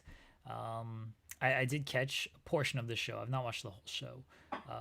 I was most surprised by Zandig showing up. That was something else. Yeah. That he was there. I thought overall the show was good, and the show, like what I saw of it, and the show looked really good as well. And that was the biggest thing, is kind of just how good the show looked. And I guess it's tough to, there's been so much wrestling at the ECW Arena over the years that kind of everyone knows what the setup is for it. And, GCW kind of honored that setup. And so, yeah, I thought overall, again, from what I saw, it was a good show, and it looked like a good show. Yes, sorry, I'm off camera at the moment. My Bluetooth headphones are about to die. I'm about to just switch over to these, so I apologize. Just 1 second. Okay. All right. Well, I don't know if Jensen even heard what I just said. So I'll kind of run through what I did see. I saw Viperous against Joey Janela. Janela mentioned this on Twitter of like, yeah, I wrestled a 14-year-old and now I got to go out and murder somebody. And that's what it felt like he was trying to do in this match. And I respect Joey Janela for that. And then Nick Gage and Bear Bronson was a ton of fun. I don't know if it was a dream match for Bear Bronson, but certainly since he's been on the indie scene and done the deathmatch stuff and everything, like I think everybody who kind of gets involved in any type of the deathmatch stuff probably wants to wrestle Nick Gage, and so it was cool that Bear Bronson got to wrestle Nick Gage. So those were the two matches that at least stood out to me. And then, as I mentioned, Zandig showing up after the old school versus new school match went to a no contest because Kerry Morton interfered, and it was Kerry and KJ came. No, it was Griffin McCoy, our boy, Griffin McCoy, tall guy sorry. time. Yeah. Sorry, Griffin's been on the show. That's my bad. Yeah, after Kerry and Griffin came out, we saw Zandig and Homicide, and Zandig being back in GCW and everything was cool to see. Yeah, that was the match that they had, that old school versus new school match, was actually really fun, and there was really no reason to. I get what they did. They had Terry Morton and Griffin McCoy come out and interfere, and it that probably went a little longer than it needed to, them coming out there and talking, but it all led to the old school and the new school guys all beating up the two heels. So that was the idea behind it. But as far as the actual match, there were plenty of spots towards the end there where they could have just had a finish and just had a match, because really at the end of this, what was the most important was them announcing that Ruckus was going into the 2300 Arena, like their Hall of Fame, essentially. They put the banners up. The only other people up there, I believe, are Sabu and Nick Gage. I think it's just Sabu, Nick Gage, and Ruckus, I believe, are the only guys who have banners in there. For the 2300 Arena Hall of Fame? Well, inside the arena, they show the three. Oh, I mean, maybe that's the only banners they had hanging, but there's a lot of people in that Hall of Fame. Taz just went in. That's right. No, sorry. I'm just thinking of the visual of when they showed the banner. They have in that part of the arena, you have the three of those guys are all next to each other. So sorry, that's what I was thinking of. When they showed Ruckus's banner, he's up there next to Sabu and Nick Gage. Yeah, I was about to say, because they got a ton of names in that hall, in the actual Hall of Fame. Right. Well, and Ruckus, getting inducted is very cool. He had a great speech. He's been around a very long time, and his stuff in CZW and his whole style was just very, very different. And he was somebody that wasn't, at least to my knowledge, because I wasn't as tapped into CZW, back then as I am to the current indie scene. But to my knowledge, he wasn't much of a blood and guts deathmatch guy. I've always known him more as a flashy, innovative guy who did really cool moves, and the crowd was always really behind. And he still does a lot of that cool stuff to this day. And he'll even say it himself. He's a lot heavier. It's probably a lot harder to do, a moonsault and a half at his age and his size now, but he still goes out there and does it. So that was cool. Homicide came out also. There was a lot of, as you mentioned, Zandig, but they also gave a lot of praise to Brett Lauderdale and said a lot of good things about GCW. And, that stuff's good to hear also, because every now and then you'll see a wrestler, take to social media or something and totally bash Brett or bash GCW or something like that. But there's also a lot of stories out there about how much Brett has helped these wrestlers over the years, so many of them. And he came up with them, and he was a referee in CZW when a lot of these guys were really early on in their career, and they've held these relationships with him for a very long time. So the lineage really of Game Changer Wrestling to a lot of these early 2000s indies and stuff, it's all connected. So anyway, that all said, a lot of it's connected to kind of ECW going out of business. A lot of this stuff spawned from ECW going away and a thirst for hardcore wrestling on an independent scene. And a lot of this stuff, originated in ECW. So it's cool, sharing the arena and doing all that kind of stuff. So yeah, it was a very good show. As far as other, there was multiple death matches on the show. So, people can, you kind of get your fix on kind of a variety of stuff on this one. but as you mentioned, I think it was like the production of it was really good. Mose put out a picture the night of that was really sick of like his viewpoint from where he was at, and it's just a full arena. It looked like it was really well lit, and I mean, they started the thing off with that DLC ladder match like right off the bat. I mean, just went in hot, and also Atticus Kogar is worth mentioning, retained the GCW championship over Marcus Mathers, and Mathers, of course, is, everyone's known for a long time. He was going to have a big future and a really big career in pro wrestling. And, he's obviously on a bigger stage, and WWE ID and everything he's doing, Evolve and whatnot. So it's cool seeing him still involved on the indies to the degree that he is, but also know that he's kind of got like 1 foot in, 1 foot out, where it's like he's still killing it on the indie scene, but like at any point he could be, a WWE superstar basically. So, it's kind of a mix of all that kind of stuff. You got kind of the new school, the old school ECW feel, but very much a GCW show. One of my favorite shows, my favorite show of the year up to this point is still Spring Break, and it's hard to really like top anything coming off of Spring Break. But this was a very fun show, and especially like deathmatch wrestling, that's to see that in the ECW Arena is very cool. What'd you think of the look of the show? Because I was talking about the look, I think, as you were switching your headphones, so I'm not sure you heard me. Like the way the room was set up, or like the way the room was set up, just like the production overall. Because I mean, some of really the good. GCW shows, of the GCW shows, like it looks indie, and you get that. I was saying like for ECW Arena, because so much wrestling has run at the ECW Arena, like everyone kind of knows the aesthetic, and so you can kind of just you can go with that with the ECW Arena, and it's very just noticeable how you put that together. And I thought like GCW did a good job of playing into that and not downplaying that. Yeah, no, I agree. I thought it came across really, really professional, but still obviously an indie show, but you didn't have like the kind of problem. Like here's a good example. Unless I'm misremembering, I can't remember Emil having any mic issues announcing. As small as that seems, there's a lot of GCW shows that you watch and everything they nail 10 out of 10, but the one thing that they miss on is like Emil's microphone is breaking up the entire show. Like there's even the little things like that.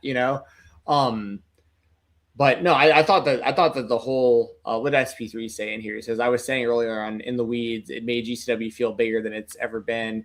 Yeah, I'd say probably comparable to maybe around in the ballpark of like them running Hammerstein type of feel, which is a compliment.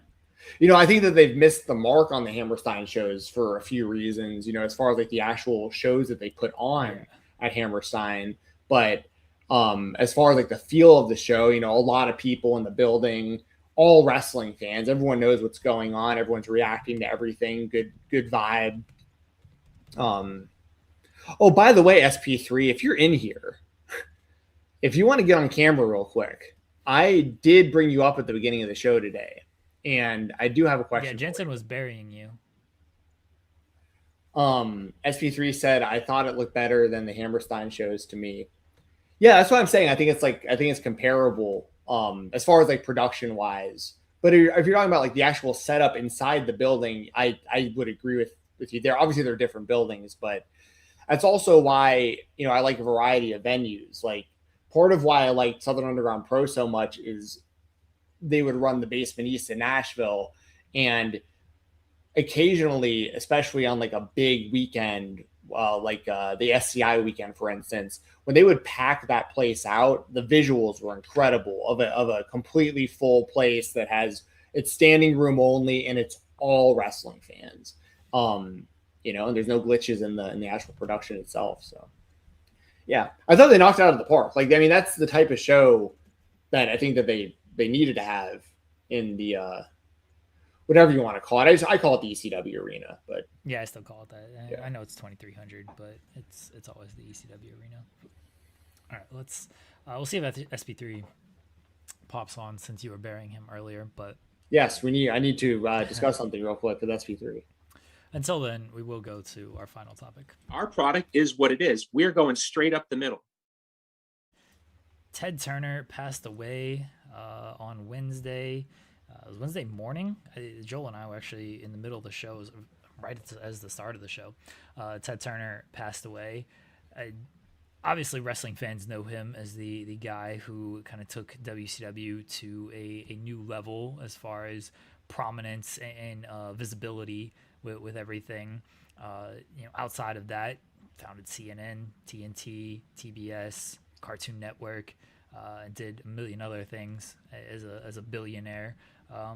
But yeah, for wrestling, I know you, much like myself, when it came to watching WCW growing up, like we were big WCW fans, and without Ted Turner kind of spotlighting it the way he did, who knows where we're at. And I know people were upset that it went from your cool little I don't want to say territorial company, but your Southern wrestling company, and ended up going to a much bigger mainstream national level off of that. But certainly it made wrestling more popular and made Ted Turner more money, although it could have also lost money, and he said he got deep pockets, he ain't going nowhere with the wrestling.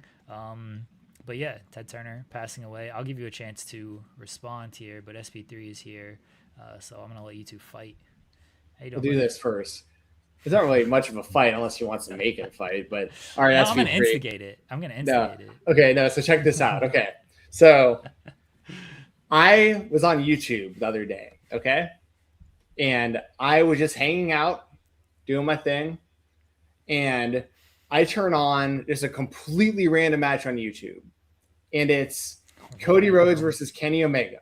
Yeah. And I noticed someone Cody in the front Rhodes, row random, talking mad shit to Cody Rhodes in the front row.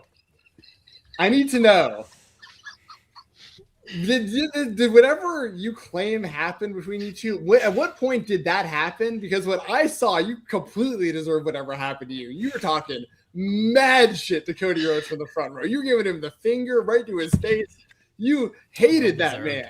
And I had no idea this was the match. I just randomly, I'm like a few minutes into the match, and I'm like, that's fucking SP3 yelling at Cody. They're like, so that's definitely SP3. So yeah, I need the timeline of events to either clear your name or confirm that you instigated this entire thing. The incident where he flipped me off was in Hammerstein Ballroom in February 2017. It was the same show where the Hardys appeared in Ring of Honor to face the Young Bucks at Hammerstein Ballroom. I think it was the anniversary show. So that's 2017. The matchup you saw was in San Francisco in the summer of 2018. So a year later. Oh my God. A year later. Yes, it's a year later, and yes, Kenny Omega, I don't know if he was trying to protect Cody from coming after me or trying to protect me from Cody, but Cody was so close from turning around and just coming at Dude, that makes perfect sense. So the incident that I had been told about was a year prior to this. So what I witnessed was a year of pent-up Cody Rhodes hate that you were just unleashing from the front row right to his face. Listen, I got to give you credit for like having the balls to, you're like not making, you're the loudest guy in that whole building. You're not making any, you wanted this show. I've never gone back and watched that, but that's so hilarious to hear. Now I have to watch this matchup. Yeah, you're wearing like a Young Buck shirt or something. Yeah. I recognize you immediately. I heard your voice and put it, because at first it was like kind of something I was watching like on the side. I've got a couple screens in front of me. I'm like kind of half paying attention to this Cody match, but I have the volume on and I just hear. I don't think I'm exaggerating. It's like, yo, fuck you, Cody, the burn right to his face. And he's like up against the guardrail and you're like right in his ear. And I'm like, who is this psycho? I'm like, that's SP3. That's 100% SP3. So yeah, okay. Well, I'm glad I got now I just need to find footage of the original interaction to see what you were saying to this man before he flicked you off. I did. I literally was like this. I was trying to get him too sweet. I was a fan of Cody up until he flipped me off. Did you happen to be like, fuck you? No. Would have been justified, SP3. Would have been fine. No, I was actually a Cody fan. I was a Cody fan at that time, and then he flipped me off, and everything changed. Oh my god! Well, that's all. That's the only reason I wanted to drag you on here is to let you know that I saw that match. Bless SV3, by the way, 100% using his "It's 4 a.m. here and I can't wake anybody" voice right now. Yeah, I can tell. We appreciate you, man. We're about to wrap up. I'm just going to give my thoughts on Ted Turner and get out of here. But we were talking about whenever the 24-hour stream goes down, Degrassi Dudes reunion or something we'll do during that 24 hours. Yeah, that'll give me a break. I'll just sit here. Down. Maybe that's when I can eat at some point during that stream. Yeah. We have to talk about all the later seasons. That's what we have to do. So we can get like 2 hours of if you getting a nap at the very least, Jeremy. I'm not taking a nap. No, I'm surviving the full 2 hours. I'll chip in whatever. I might be playing video games on the side or something. I'm surviving the 24 hours. And not if we talk about Zig Novak. You will fall asleep. I'll take your word for it, and based on SP3's reaction. He's someone in Degrassi that I think was the most boring character on the entire show. Oh, fair. Well, I can do work. There's a lot of things that I can get done while people are talking if I don't have to contribute to the conversation. So, but I will be on stream for the entire 24 hours. That is my mission of things. We'll let you sample Whisper Hug. Let us know how you think about this band for the show. They have different bands on the show, and some of the music is just atrocious. Some of it's fantastic. 3 tenors for life, but like three tenors is a bop. But yeah, if we give you Whisper Hug, dudes are straight ass. Yeah. Anyways, I'll talk to you later, SP3. We'll wind up taking this over for the next half hour talking bullshit about you guys album listening party. Now. Yeah, that's what we'll do. Oh my god. Later, guys. I appreciate it. Good to see you, man. Peace. See you. I love the SP3. He's still here, so I'm just gonna say it. I love when he comes on here. I don't know if I've ever heard his 4 a.m. voice. I don't know what time it actually is over there, but my wife messaged did you guys wake him up from a nap for this? And I was like, no, he was in the chat. I was like, this is his. Everybody's asleep, and I don't want to wake anybody voice. And she's like, yeah, that makes sense. Harlem's gonna burst in to the shut up dad. I'm trying to sleep, bitch. Yeah. Oh, that's funny. Yeah. His whole family is like, shut the fuck up. You talking about Degrassi. Anyway, glad we got that cleared up. So what I witnessed, if anyone wants to check it out, I can't remember the exact show it was, but it was Kenny Omega and Cody Rhodes in 2018, New Japan Pro Wrestling. You can witness SP3 completely crash out on Cody in the front row. Justified as far as I'm concerned. I need to see that initial interaction. This is too funny. But yeah, as far as Ted Turner goes, I echo everything that you had just said as well. And I grew up in Atlanta, so Ted Turner is huge here, especially with the Braves, and TBS was so big, not only just for wrestling, which, the first pro wrestling show that I fell in love with was WCW Saturday Night. Without Ted Turner, I'm pretty confident I never even become a pro wrestling fan, because I was a WCW fan before I was a WWF fan. And, even Eric Bischoff, I saw him do an interview recently, I think with TMZ, talking about the passing of Ted Turner, and Eric's like, yeah, without Ted Turner, there's a 0% chance WCW would have been successful. I mean, it's not just his money, it's that he was such a fan. He really loved it. He'd call Eric, the second the Nielsen ratings would drop the day after Nitro, and giggle like a little kid, just a big wrestling fan, like, oh my God, we're the best wrestling show. This is so cool. Like he loved it.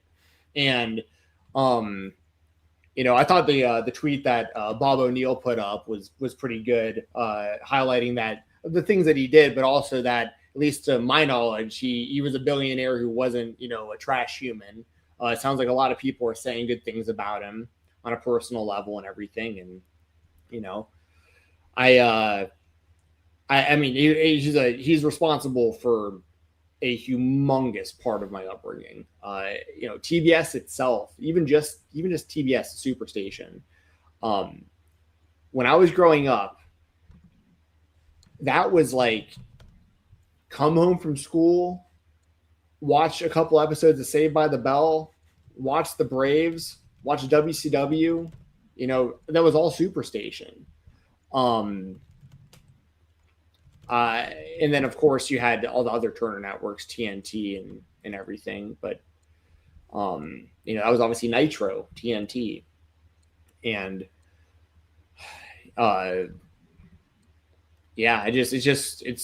it's unfortunate that he lost essentially any kind of, control over WCW during that AOL Time Warner merger that everyone always talks about. Essentially was the writing on the wall. The whole famous, them just not wanting to touch wrestling. And if Ted was still in charge, I don't think WCW would have ever went out of business if Ted Turner was in charge, because he had unlimited money. And as long as very similar to Tony Khan in a lot of ways. And I do applaud AEW for their tribute with Sting and Tony Schiavone to Ted Turner on Dynamite last night. I thought it was very, very well done and very well spoken, and very, very much got the point across of how important Ted Turner is.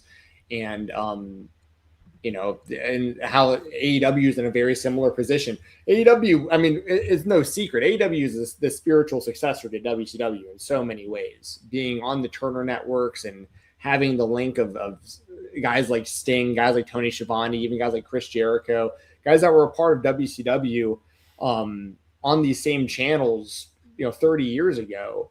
And, if Ted Turner, it's just unfortunate that, because it seems like he never wanted that to end either, but it was part of business. It was part of the deal, and it was what it was. And then, of course, he got very old, and he passed away at, what was it, 87, I think I saw. Yeah. But I know that he had been dealing with some pretty serious health stuff the last probably handful of years, which, unfortunately, it's just, it comes with the territory of getting that age.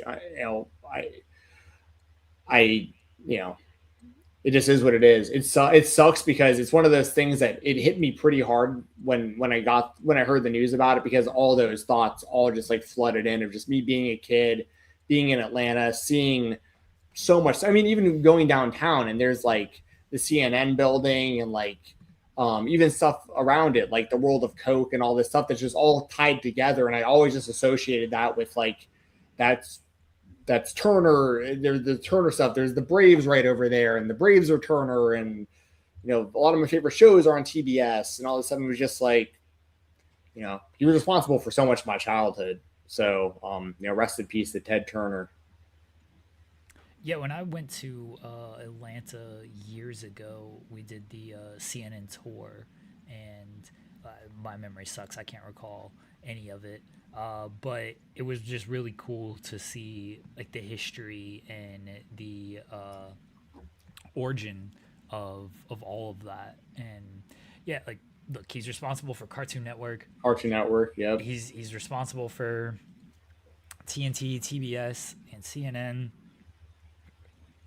Getting WCW to where it's at. I mentioned this today on In the Weeds, but the first wrestling show I ever watched was Clash of Champions with Arn Anderson and Ric Flair against Vader in the main event. 'Cause my dad was flipping through channels, and it caught my eye, and I was like, oh, what's this? And so we watched that show, and then I just got hooked on wrestling. I grew up a WCW kid, being from Virginia. And, without Ted Turner, kind of leaning into wrestling as much as he did, even though, I don't know how much money it actually made him. It's always very funny of wrestling was such a minor part of Ted Turner's life. Like, it's not even on, I don't know, the top 20, top 30 things that people mention when they talk about Ted Turner. I know someone like went through his autobiography, and there's like 2 mentions of wrestling, and one was just that, yeah, we have wrestling on our network, and the other was, oh, they want me to do a wrestling match against Rupert Murdoch instead of a boxing match. Like, those are the only 2 mentions of wrestling the entire book. And for wrestling fans, though, we think of Ted Turner in the same light, like as a Tony Khan or as a Vince McMahon, to where like, oh, they had to be super passionate about wrestling, and they're such an important figure in wrestling history, and like Ted Turner obviously is, but it was just such a blip for his life. And to think about it that like that is always just kind of funny to me, that like he was so supportive of the sport and was willing to give as much money as he did and as much space as he did to the sport, knowing that like it wasn't like this big passion project for him. It was just, hey, wrestling brings in some ratings, and it looks good on my channel, so let's keep doing it. Like, obviously he liked it. If he didn't like it, he would have been like, no, we're not going to have it. But it's not the same as a Tony, where Tony is clearly very passionate about it, and Tony's booking the shows and everything. Like, Ted was just, all right, I like it, I like having it, let's do this. And obviously Vince felt very threatened by him, which is always funny to me, of how threatened Vince was. Yes. Well, obviously the big difference between Ted Turner and anyone else that we're talking about really in the history of wrestling is he owned the networks. So like it wasn't like he just owned WCW. You owned the networks that ran the shows. Yeah. So that's like some real power. Vince didn't have his own networks. I mean, he eventually had the WWE network, which was much different years and years later digitally. But that's a whole different level of a business person. And I do think that Vince was very threatened, probably because of his pocketbook. There's that, that's also obviously Ted Turner is the reason that wrestlers, who knows what would have happened over the span of time, but when wrestlers started getting guaranteed money and the level of pay they're getting, that's only because of Ted Turner, because he could afford to do that. When guys like Hall and Nash came over from WWF to WCW and got fat pay raises, got to work less days, and it was all guaranteed, that was unheard of. Vince McMahon wasn't doing that in the WWF. And that became the norm in wrestling, especially at that time. There were wrestlers like Disco Inferno and stuff probably making millions of dollars a year that, like, in any other circumstance would have never sniffed anything like that before. And it's one of those things, but it's very cool that like Ted Turner liked it enough, because like you said, if he didn't like it, he just wouldn't have even bothered with it. But I also, once again, that's where I feel like if he wouldn't have lost his power in the merger, that WCW probably would have, it'd still be on today, because unlimited money, you already own the networks, you already own the company. So as long as you enjoy it to any degree, and that's the other thing with Tony Khan, minus the network. Tony Khan doesn't own his own networks like Ted did, but that's also where, there's conversations in wrestling that I see happen.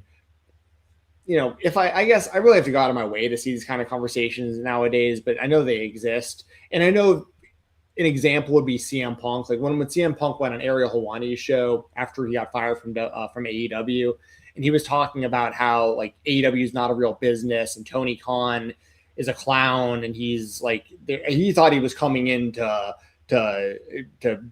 build big houses and to sell tickets and this and that, and essentially just said AEW isn't a business. They're not about drawing money. That's basically, to paraphrase CM Punk's thoughts on it. My argument to that would be, who the fuck cares? Honestly, who the fuck cares? Tony Khan has unlimited money. Who the fuck cares? Like, why do you care? He's paying you millions of dollars to do your craft. What do you care what the business brings in if he's going to continue to fund it no matter what? You know what I mean? I mean, now he's part of a business that just releases people when the bottom line doesn't match what the investors want it to match. And who makes more money than anyone else in that entire company? Pretty much no one. Like, he's probably the highest paid person outside of like maybe Roman and Cody. He's probably the highest paid guy. Yeah, I would imagine Roman and Cody make more.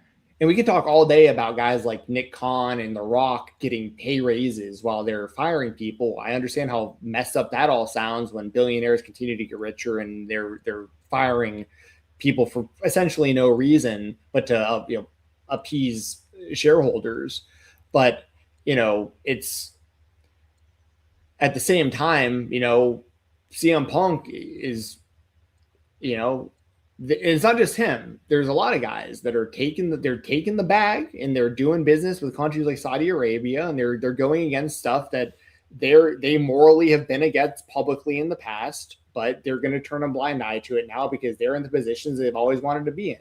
They're as financially comfortable as they've ever been in their lives, and the companies are promoting them. CM Punk, for the longest time, you don't put me on the posters. You don't put me in the opening of this or that. You don't promote me. You don't let me wrestle. You don't let me main event WrestleMania. You have everything you've ever wanted now. You do main event WrestleMania every year now. You are the champion. Not currently, but you know what I mean. Was recently the champion. They build around you constantly. You're the face of the company. You got everything you ever wanted. Same with Cody. You left the company to come back, and you got everything you ever want. You finished the story, and you're the new John Cena. But with that also comes the flip side, is like, you got everything you ever wanted, but look at what the same people paying you are doing to anyone under, if they're not on your level. And that's a very select few people on that level we're talking about. The only real safe group of people in the WWE, we're talking maybe 10 people, because we're talking about the men. Obviously there's some women that are going to be fine. I think like Rhea and Becky and, Charlotte and stuff, like they're not going to mess with them. But outside of that, men, women, any gender, like if you're not in that really small group of like that 1% of that company, you're all in the same boat. So once again, coming back to Tony Khan, I just kind of feel like it's kind of, whether you're a wrestling fan who complains about their business. Listen, I complain about their merchandise, but that's from a fan perspective of, I just want to support the company.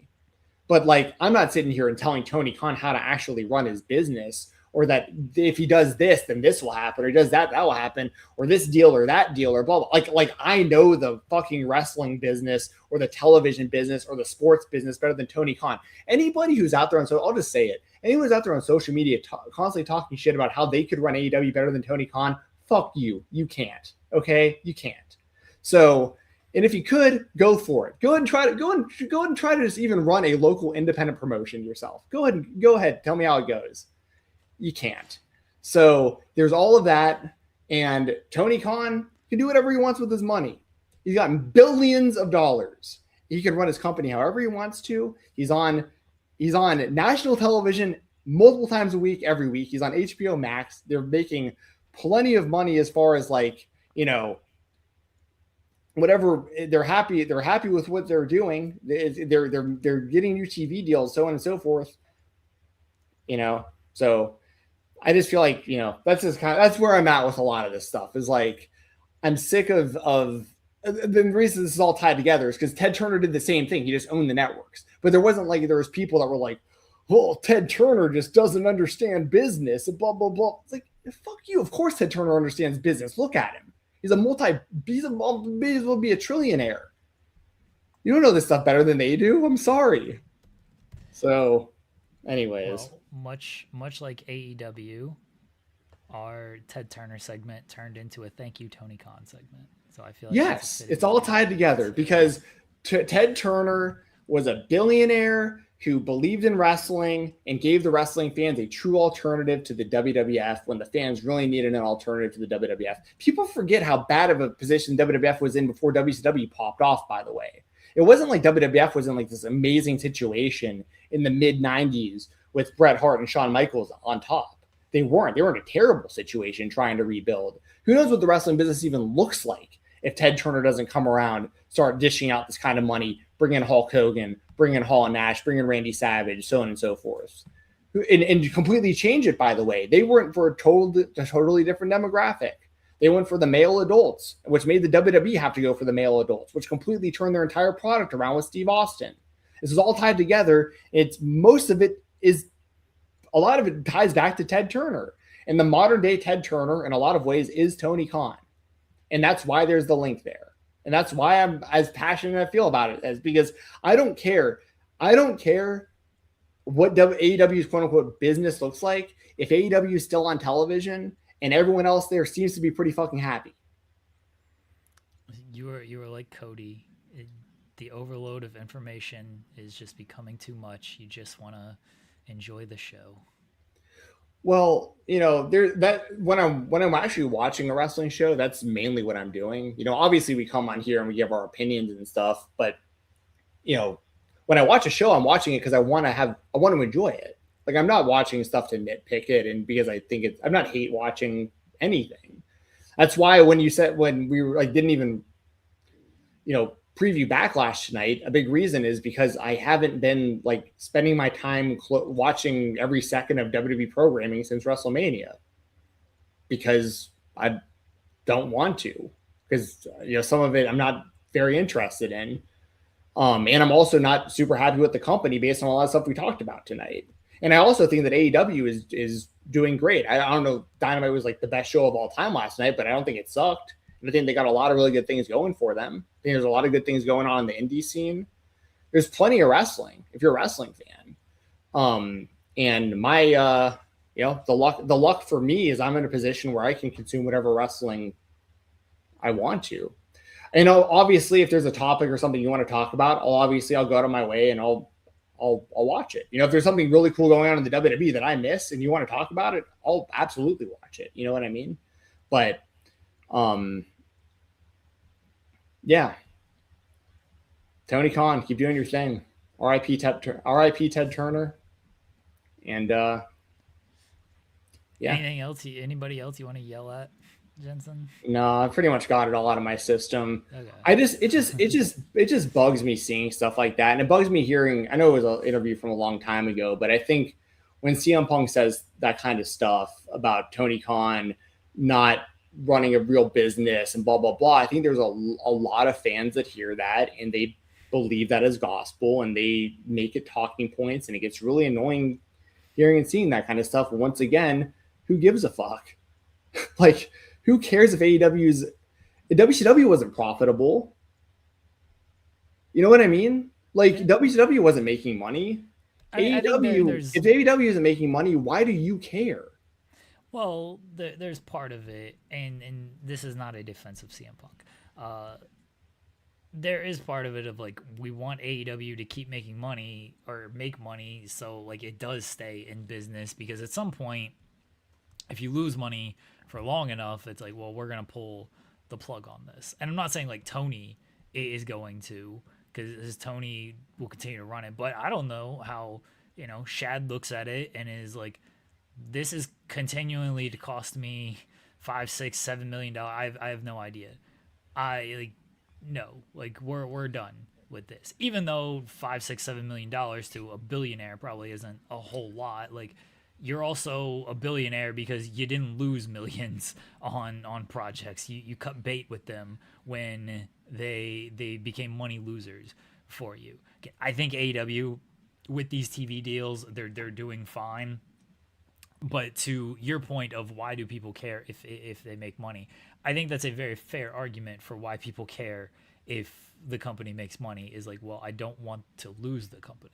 We don't want them to go out of business. I completely understand that, but AEW they're not anything. They're an incredibly successful business. It's just people compare them to the WWE, which has a century head start and is the McDonald's the standard of the entire industry, and like no one's going to catch that. Like, but if you're looking at it just as like a company, the things that they've accomplished in these 6 or 7 years. I did the thing 6, 7. In the last 6, 7 years, I'm trying to still be hip here. Okay. I think that fad's probably pretty over. Do your kids still do that? Is that over? I know they weren't super into it in the first place. Yeah, so, well, fair enough. Anyway, yeah, I know I went on a bit of a tangent there, but that's just how I feel about it. I don't think that AEW is anywhere near any kind of position of even sniffing the possibility of them just pulling the plug on this thing anytime relatively soon.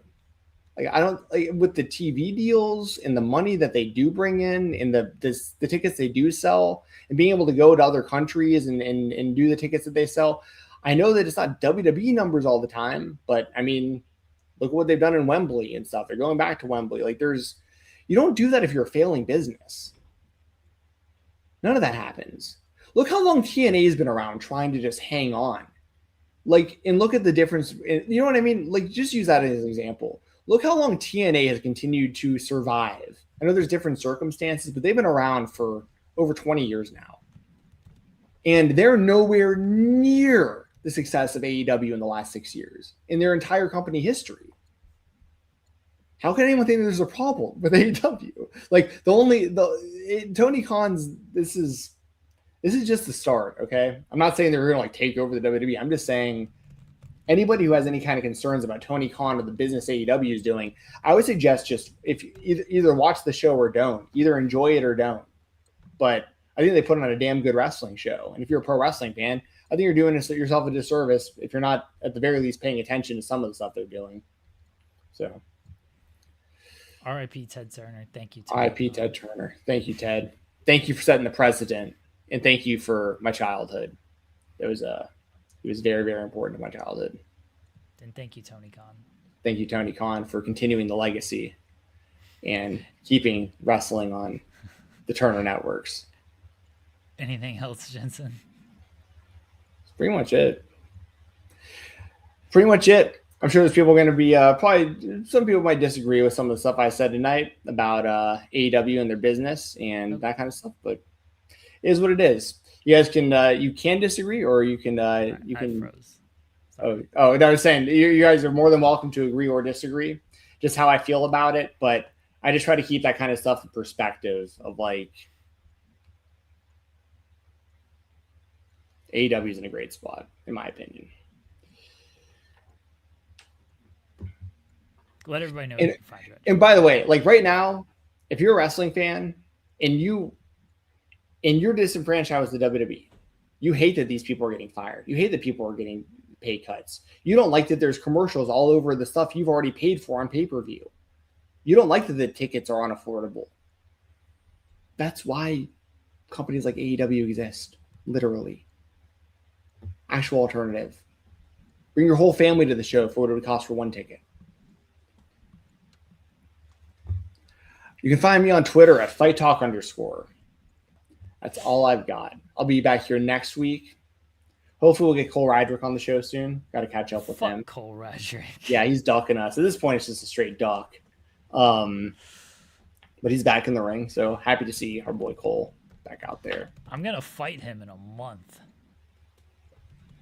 Are you going to see him in person? Yeah, I think so.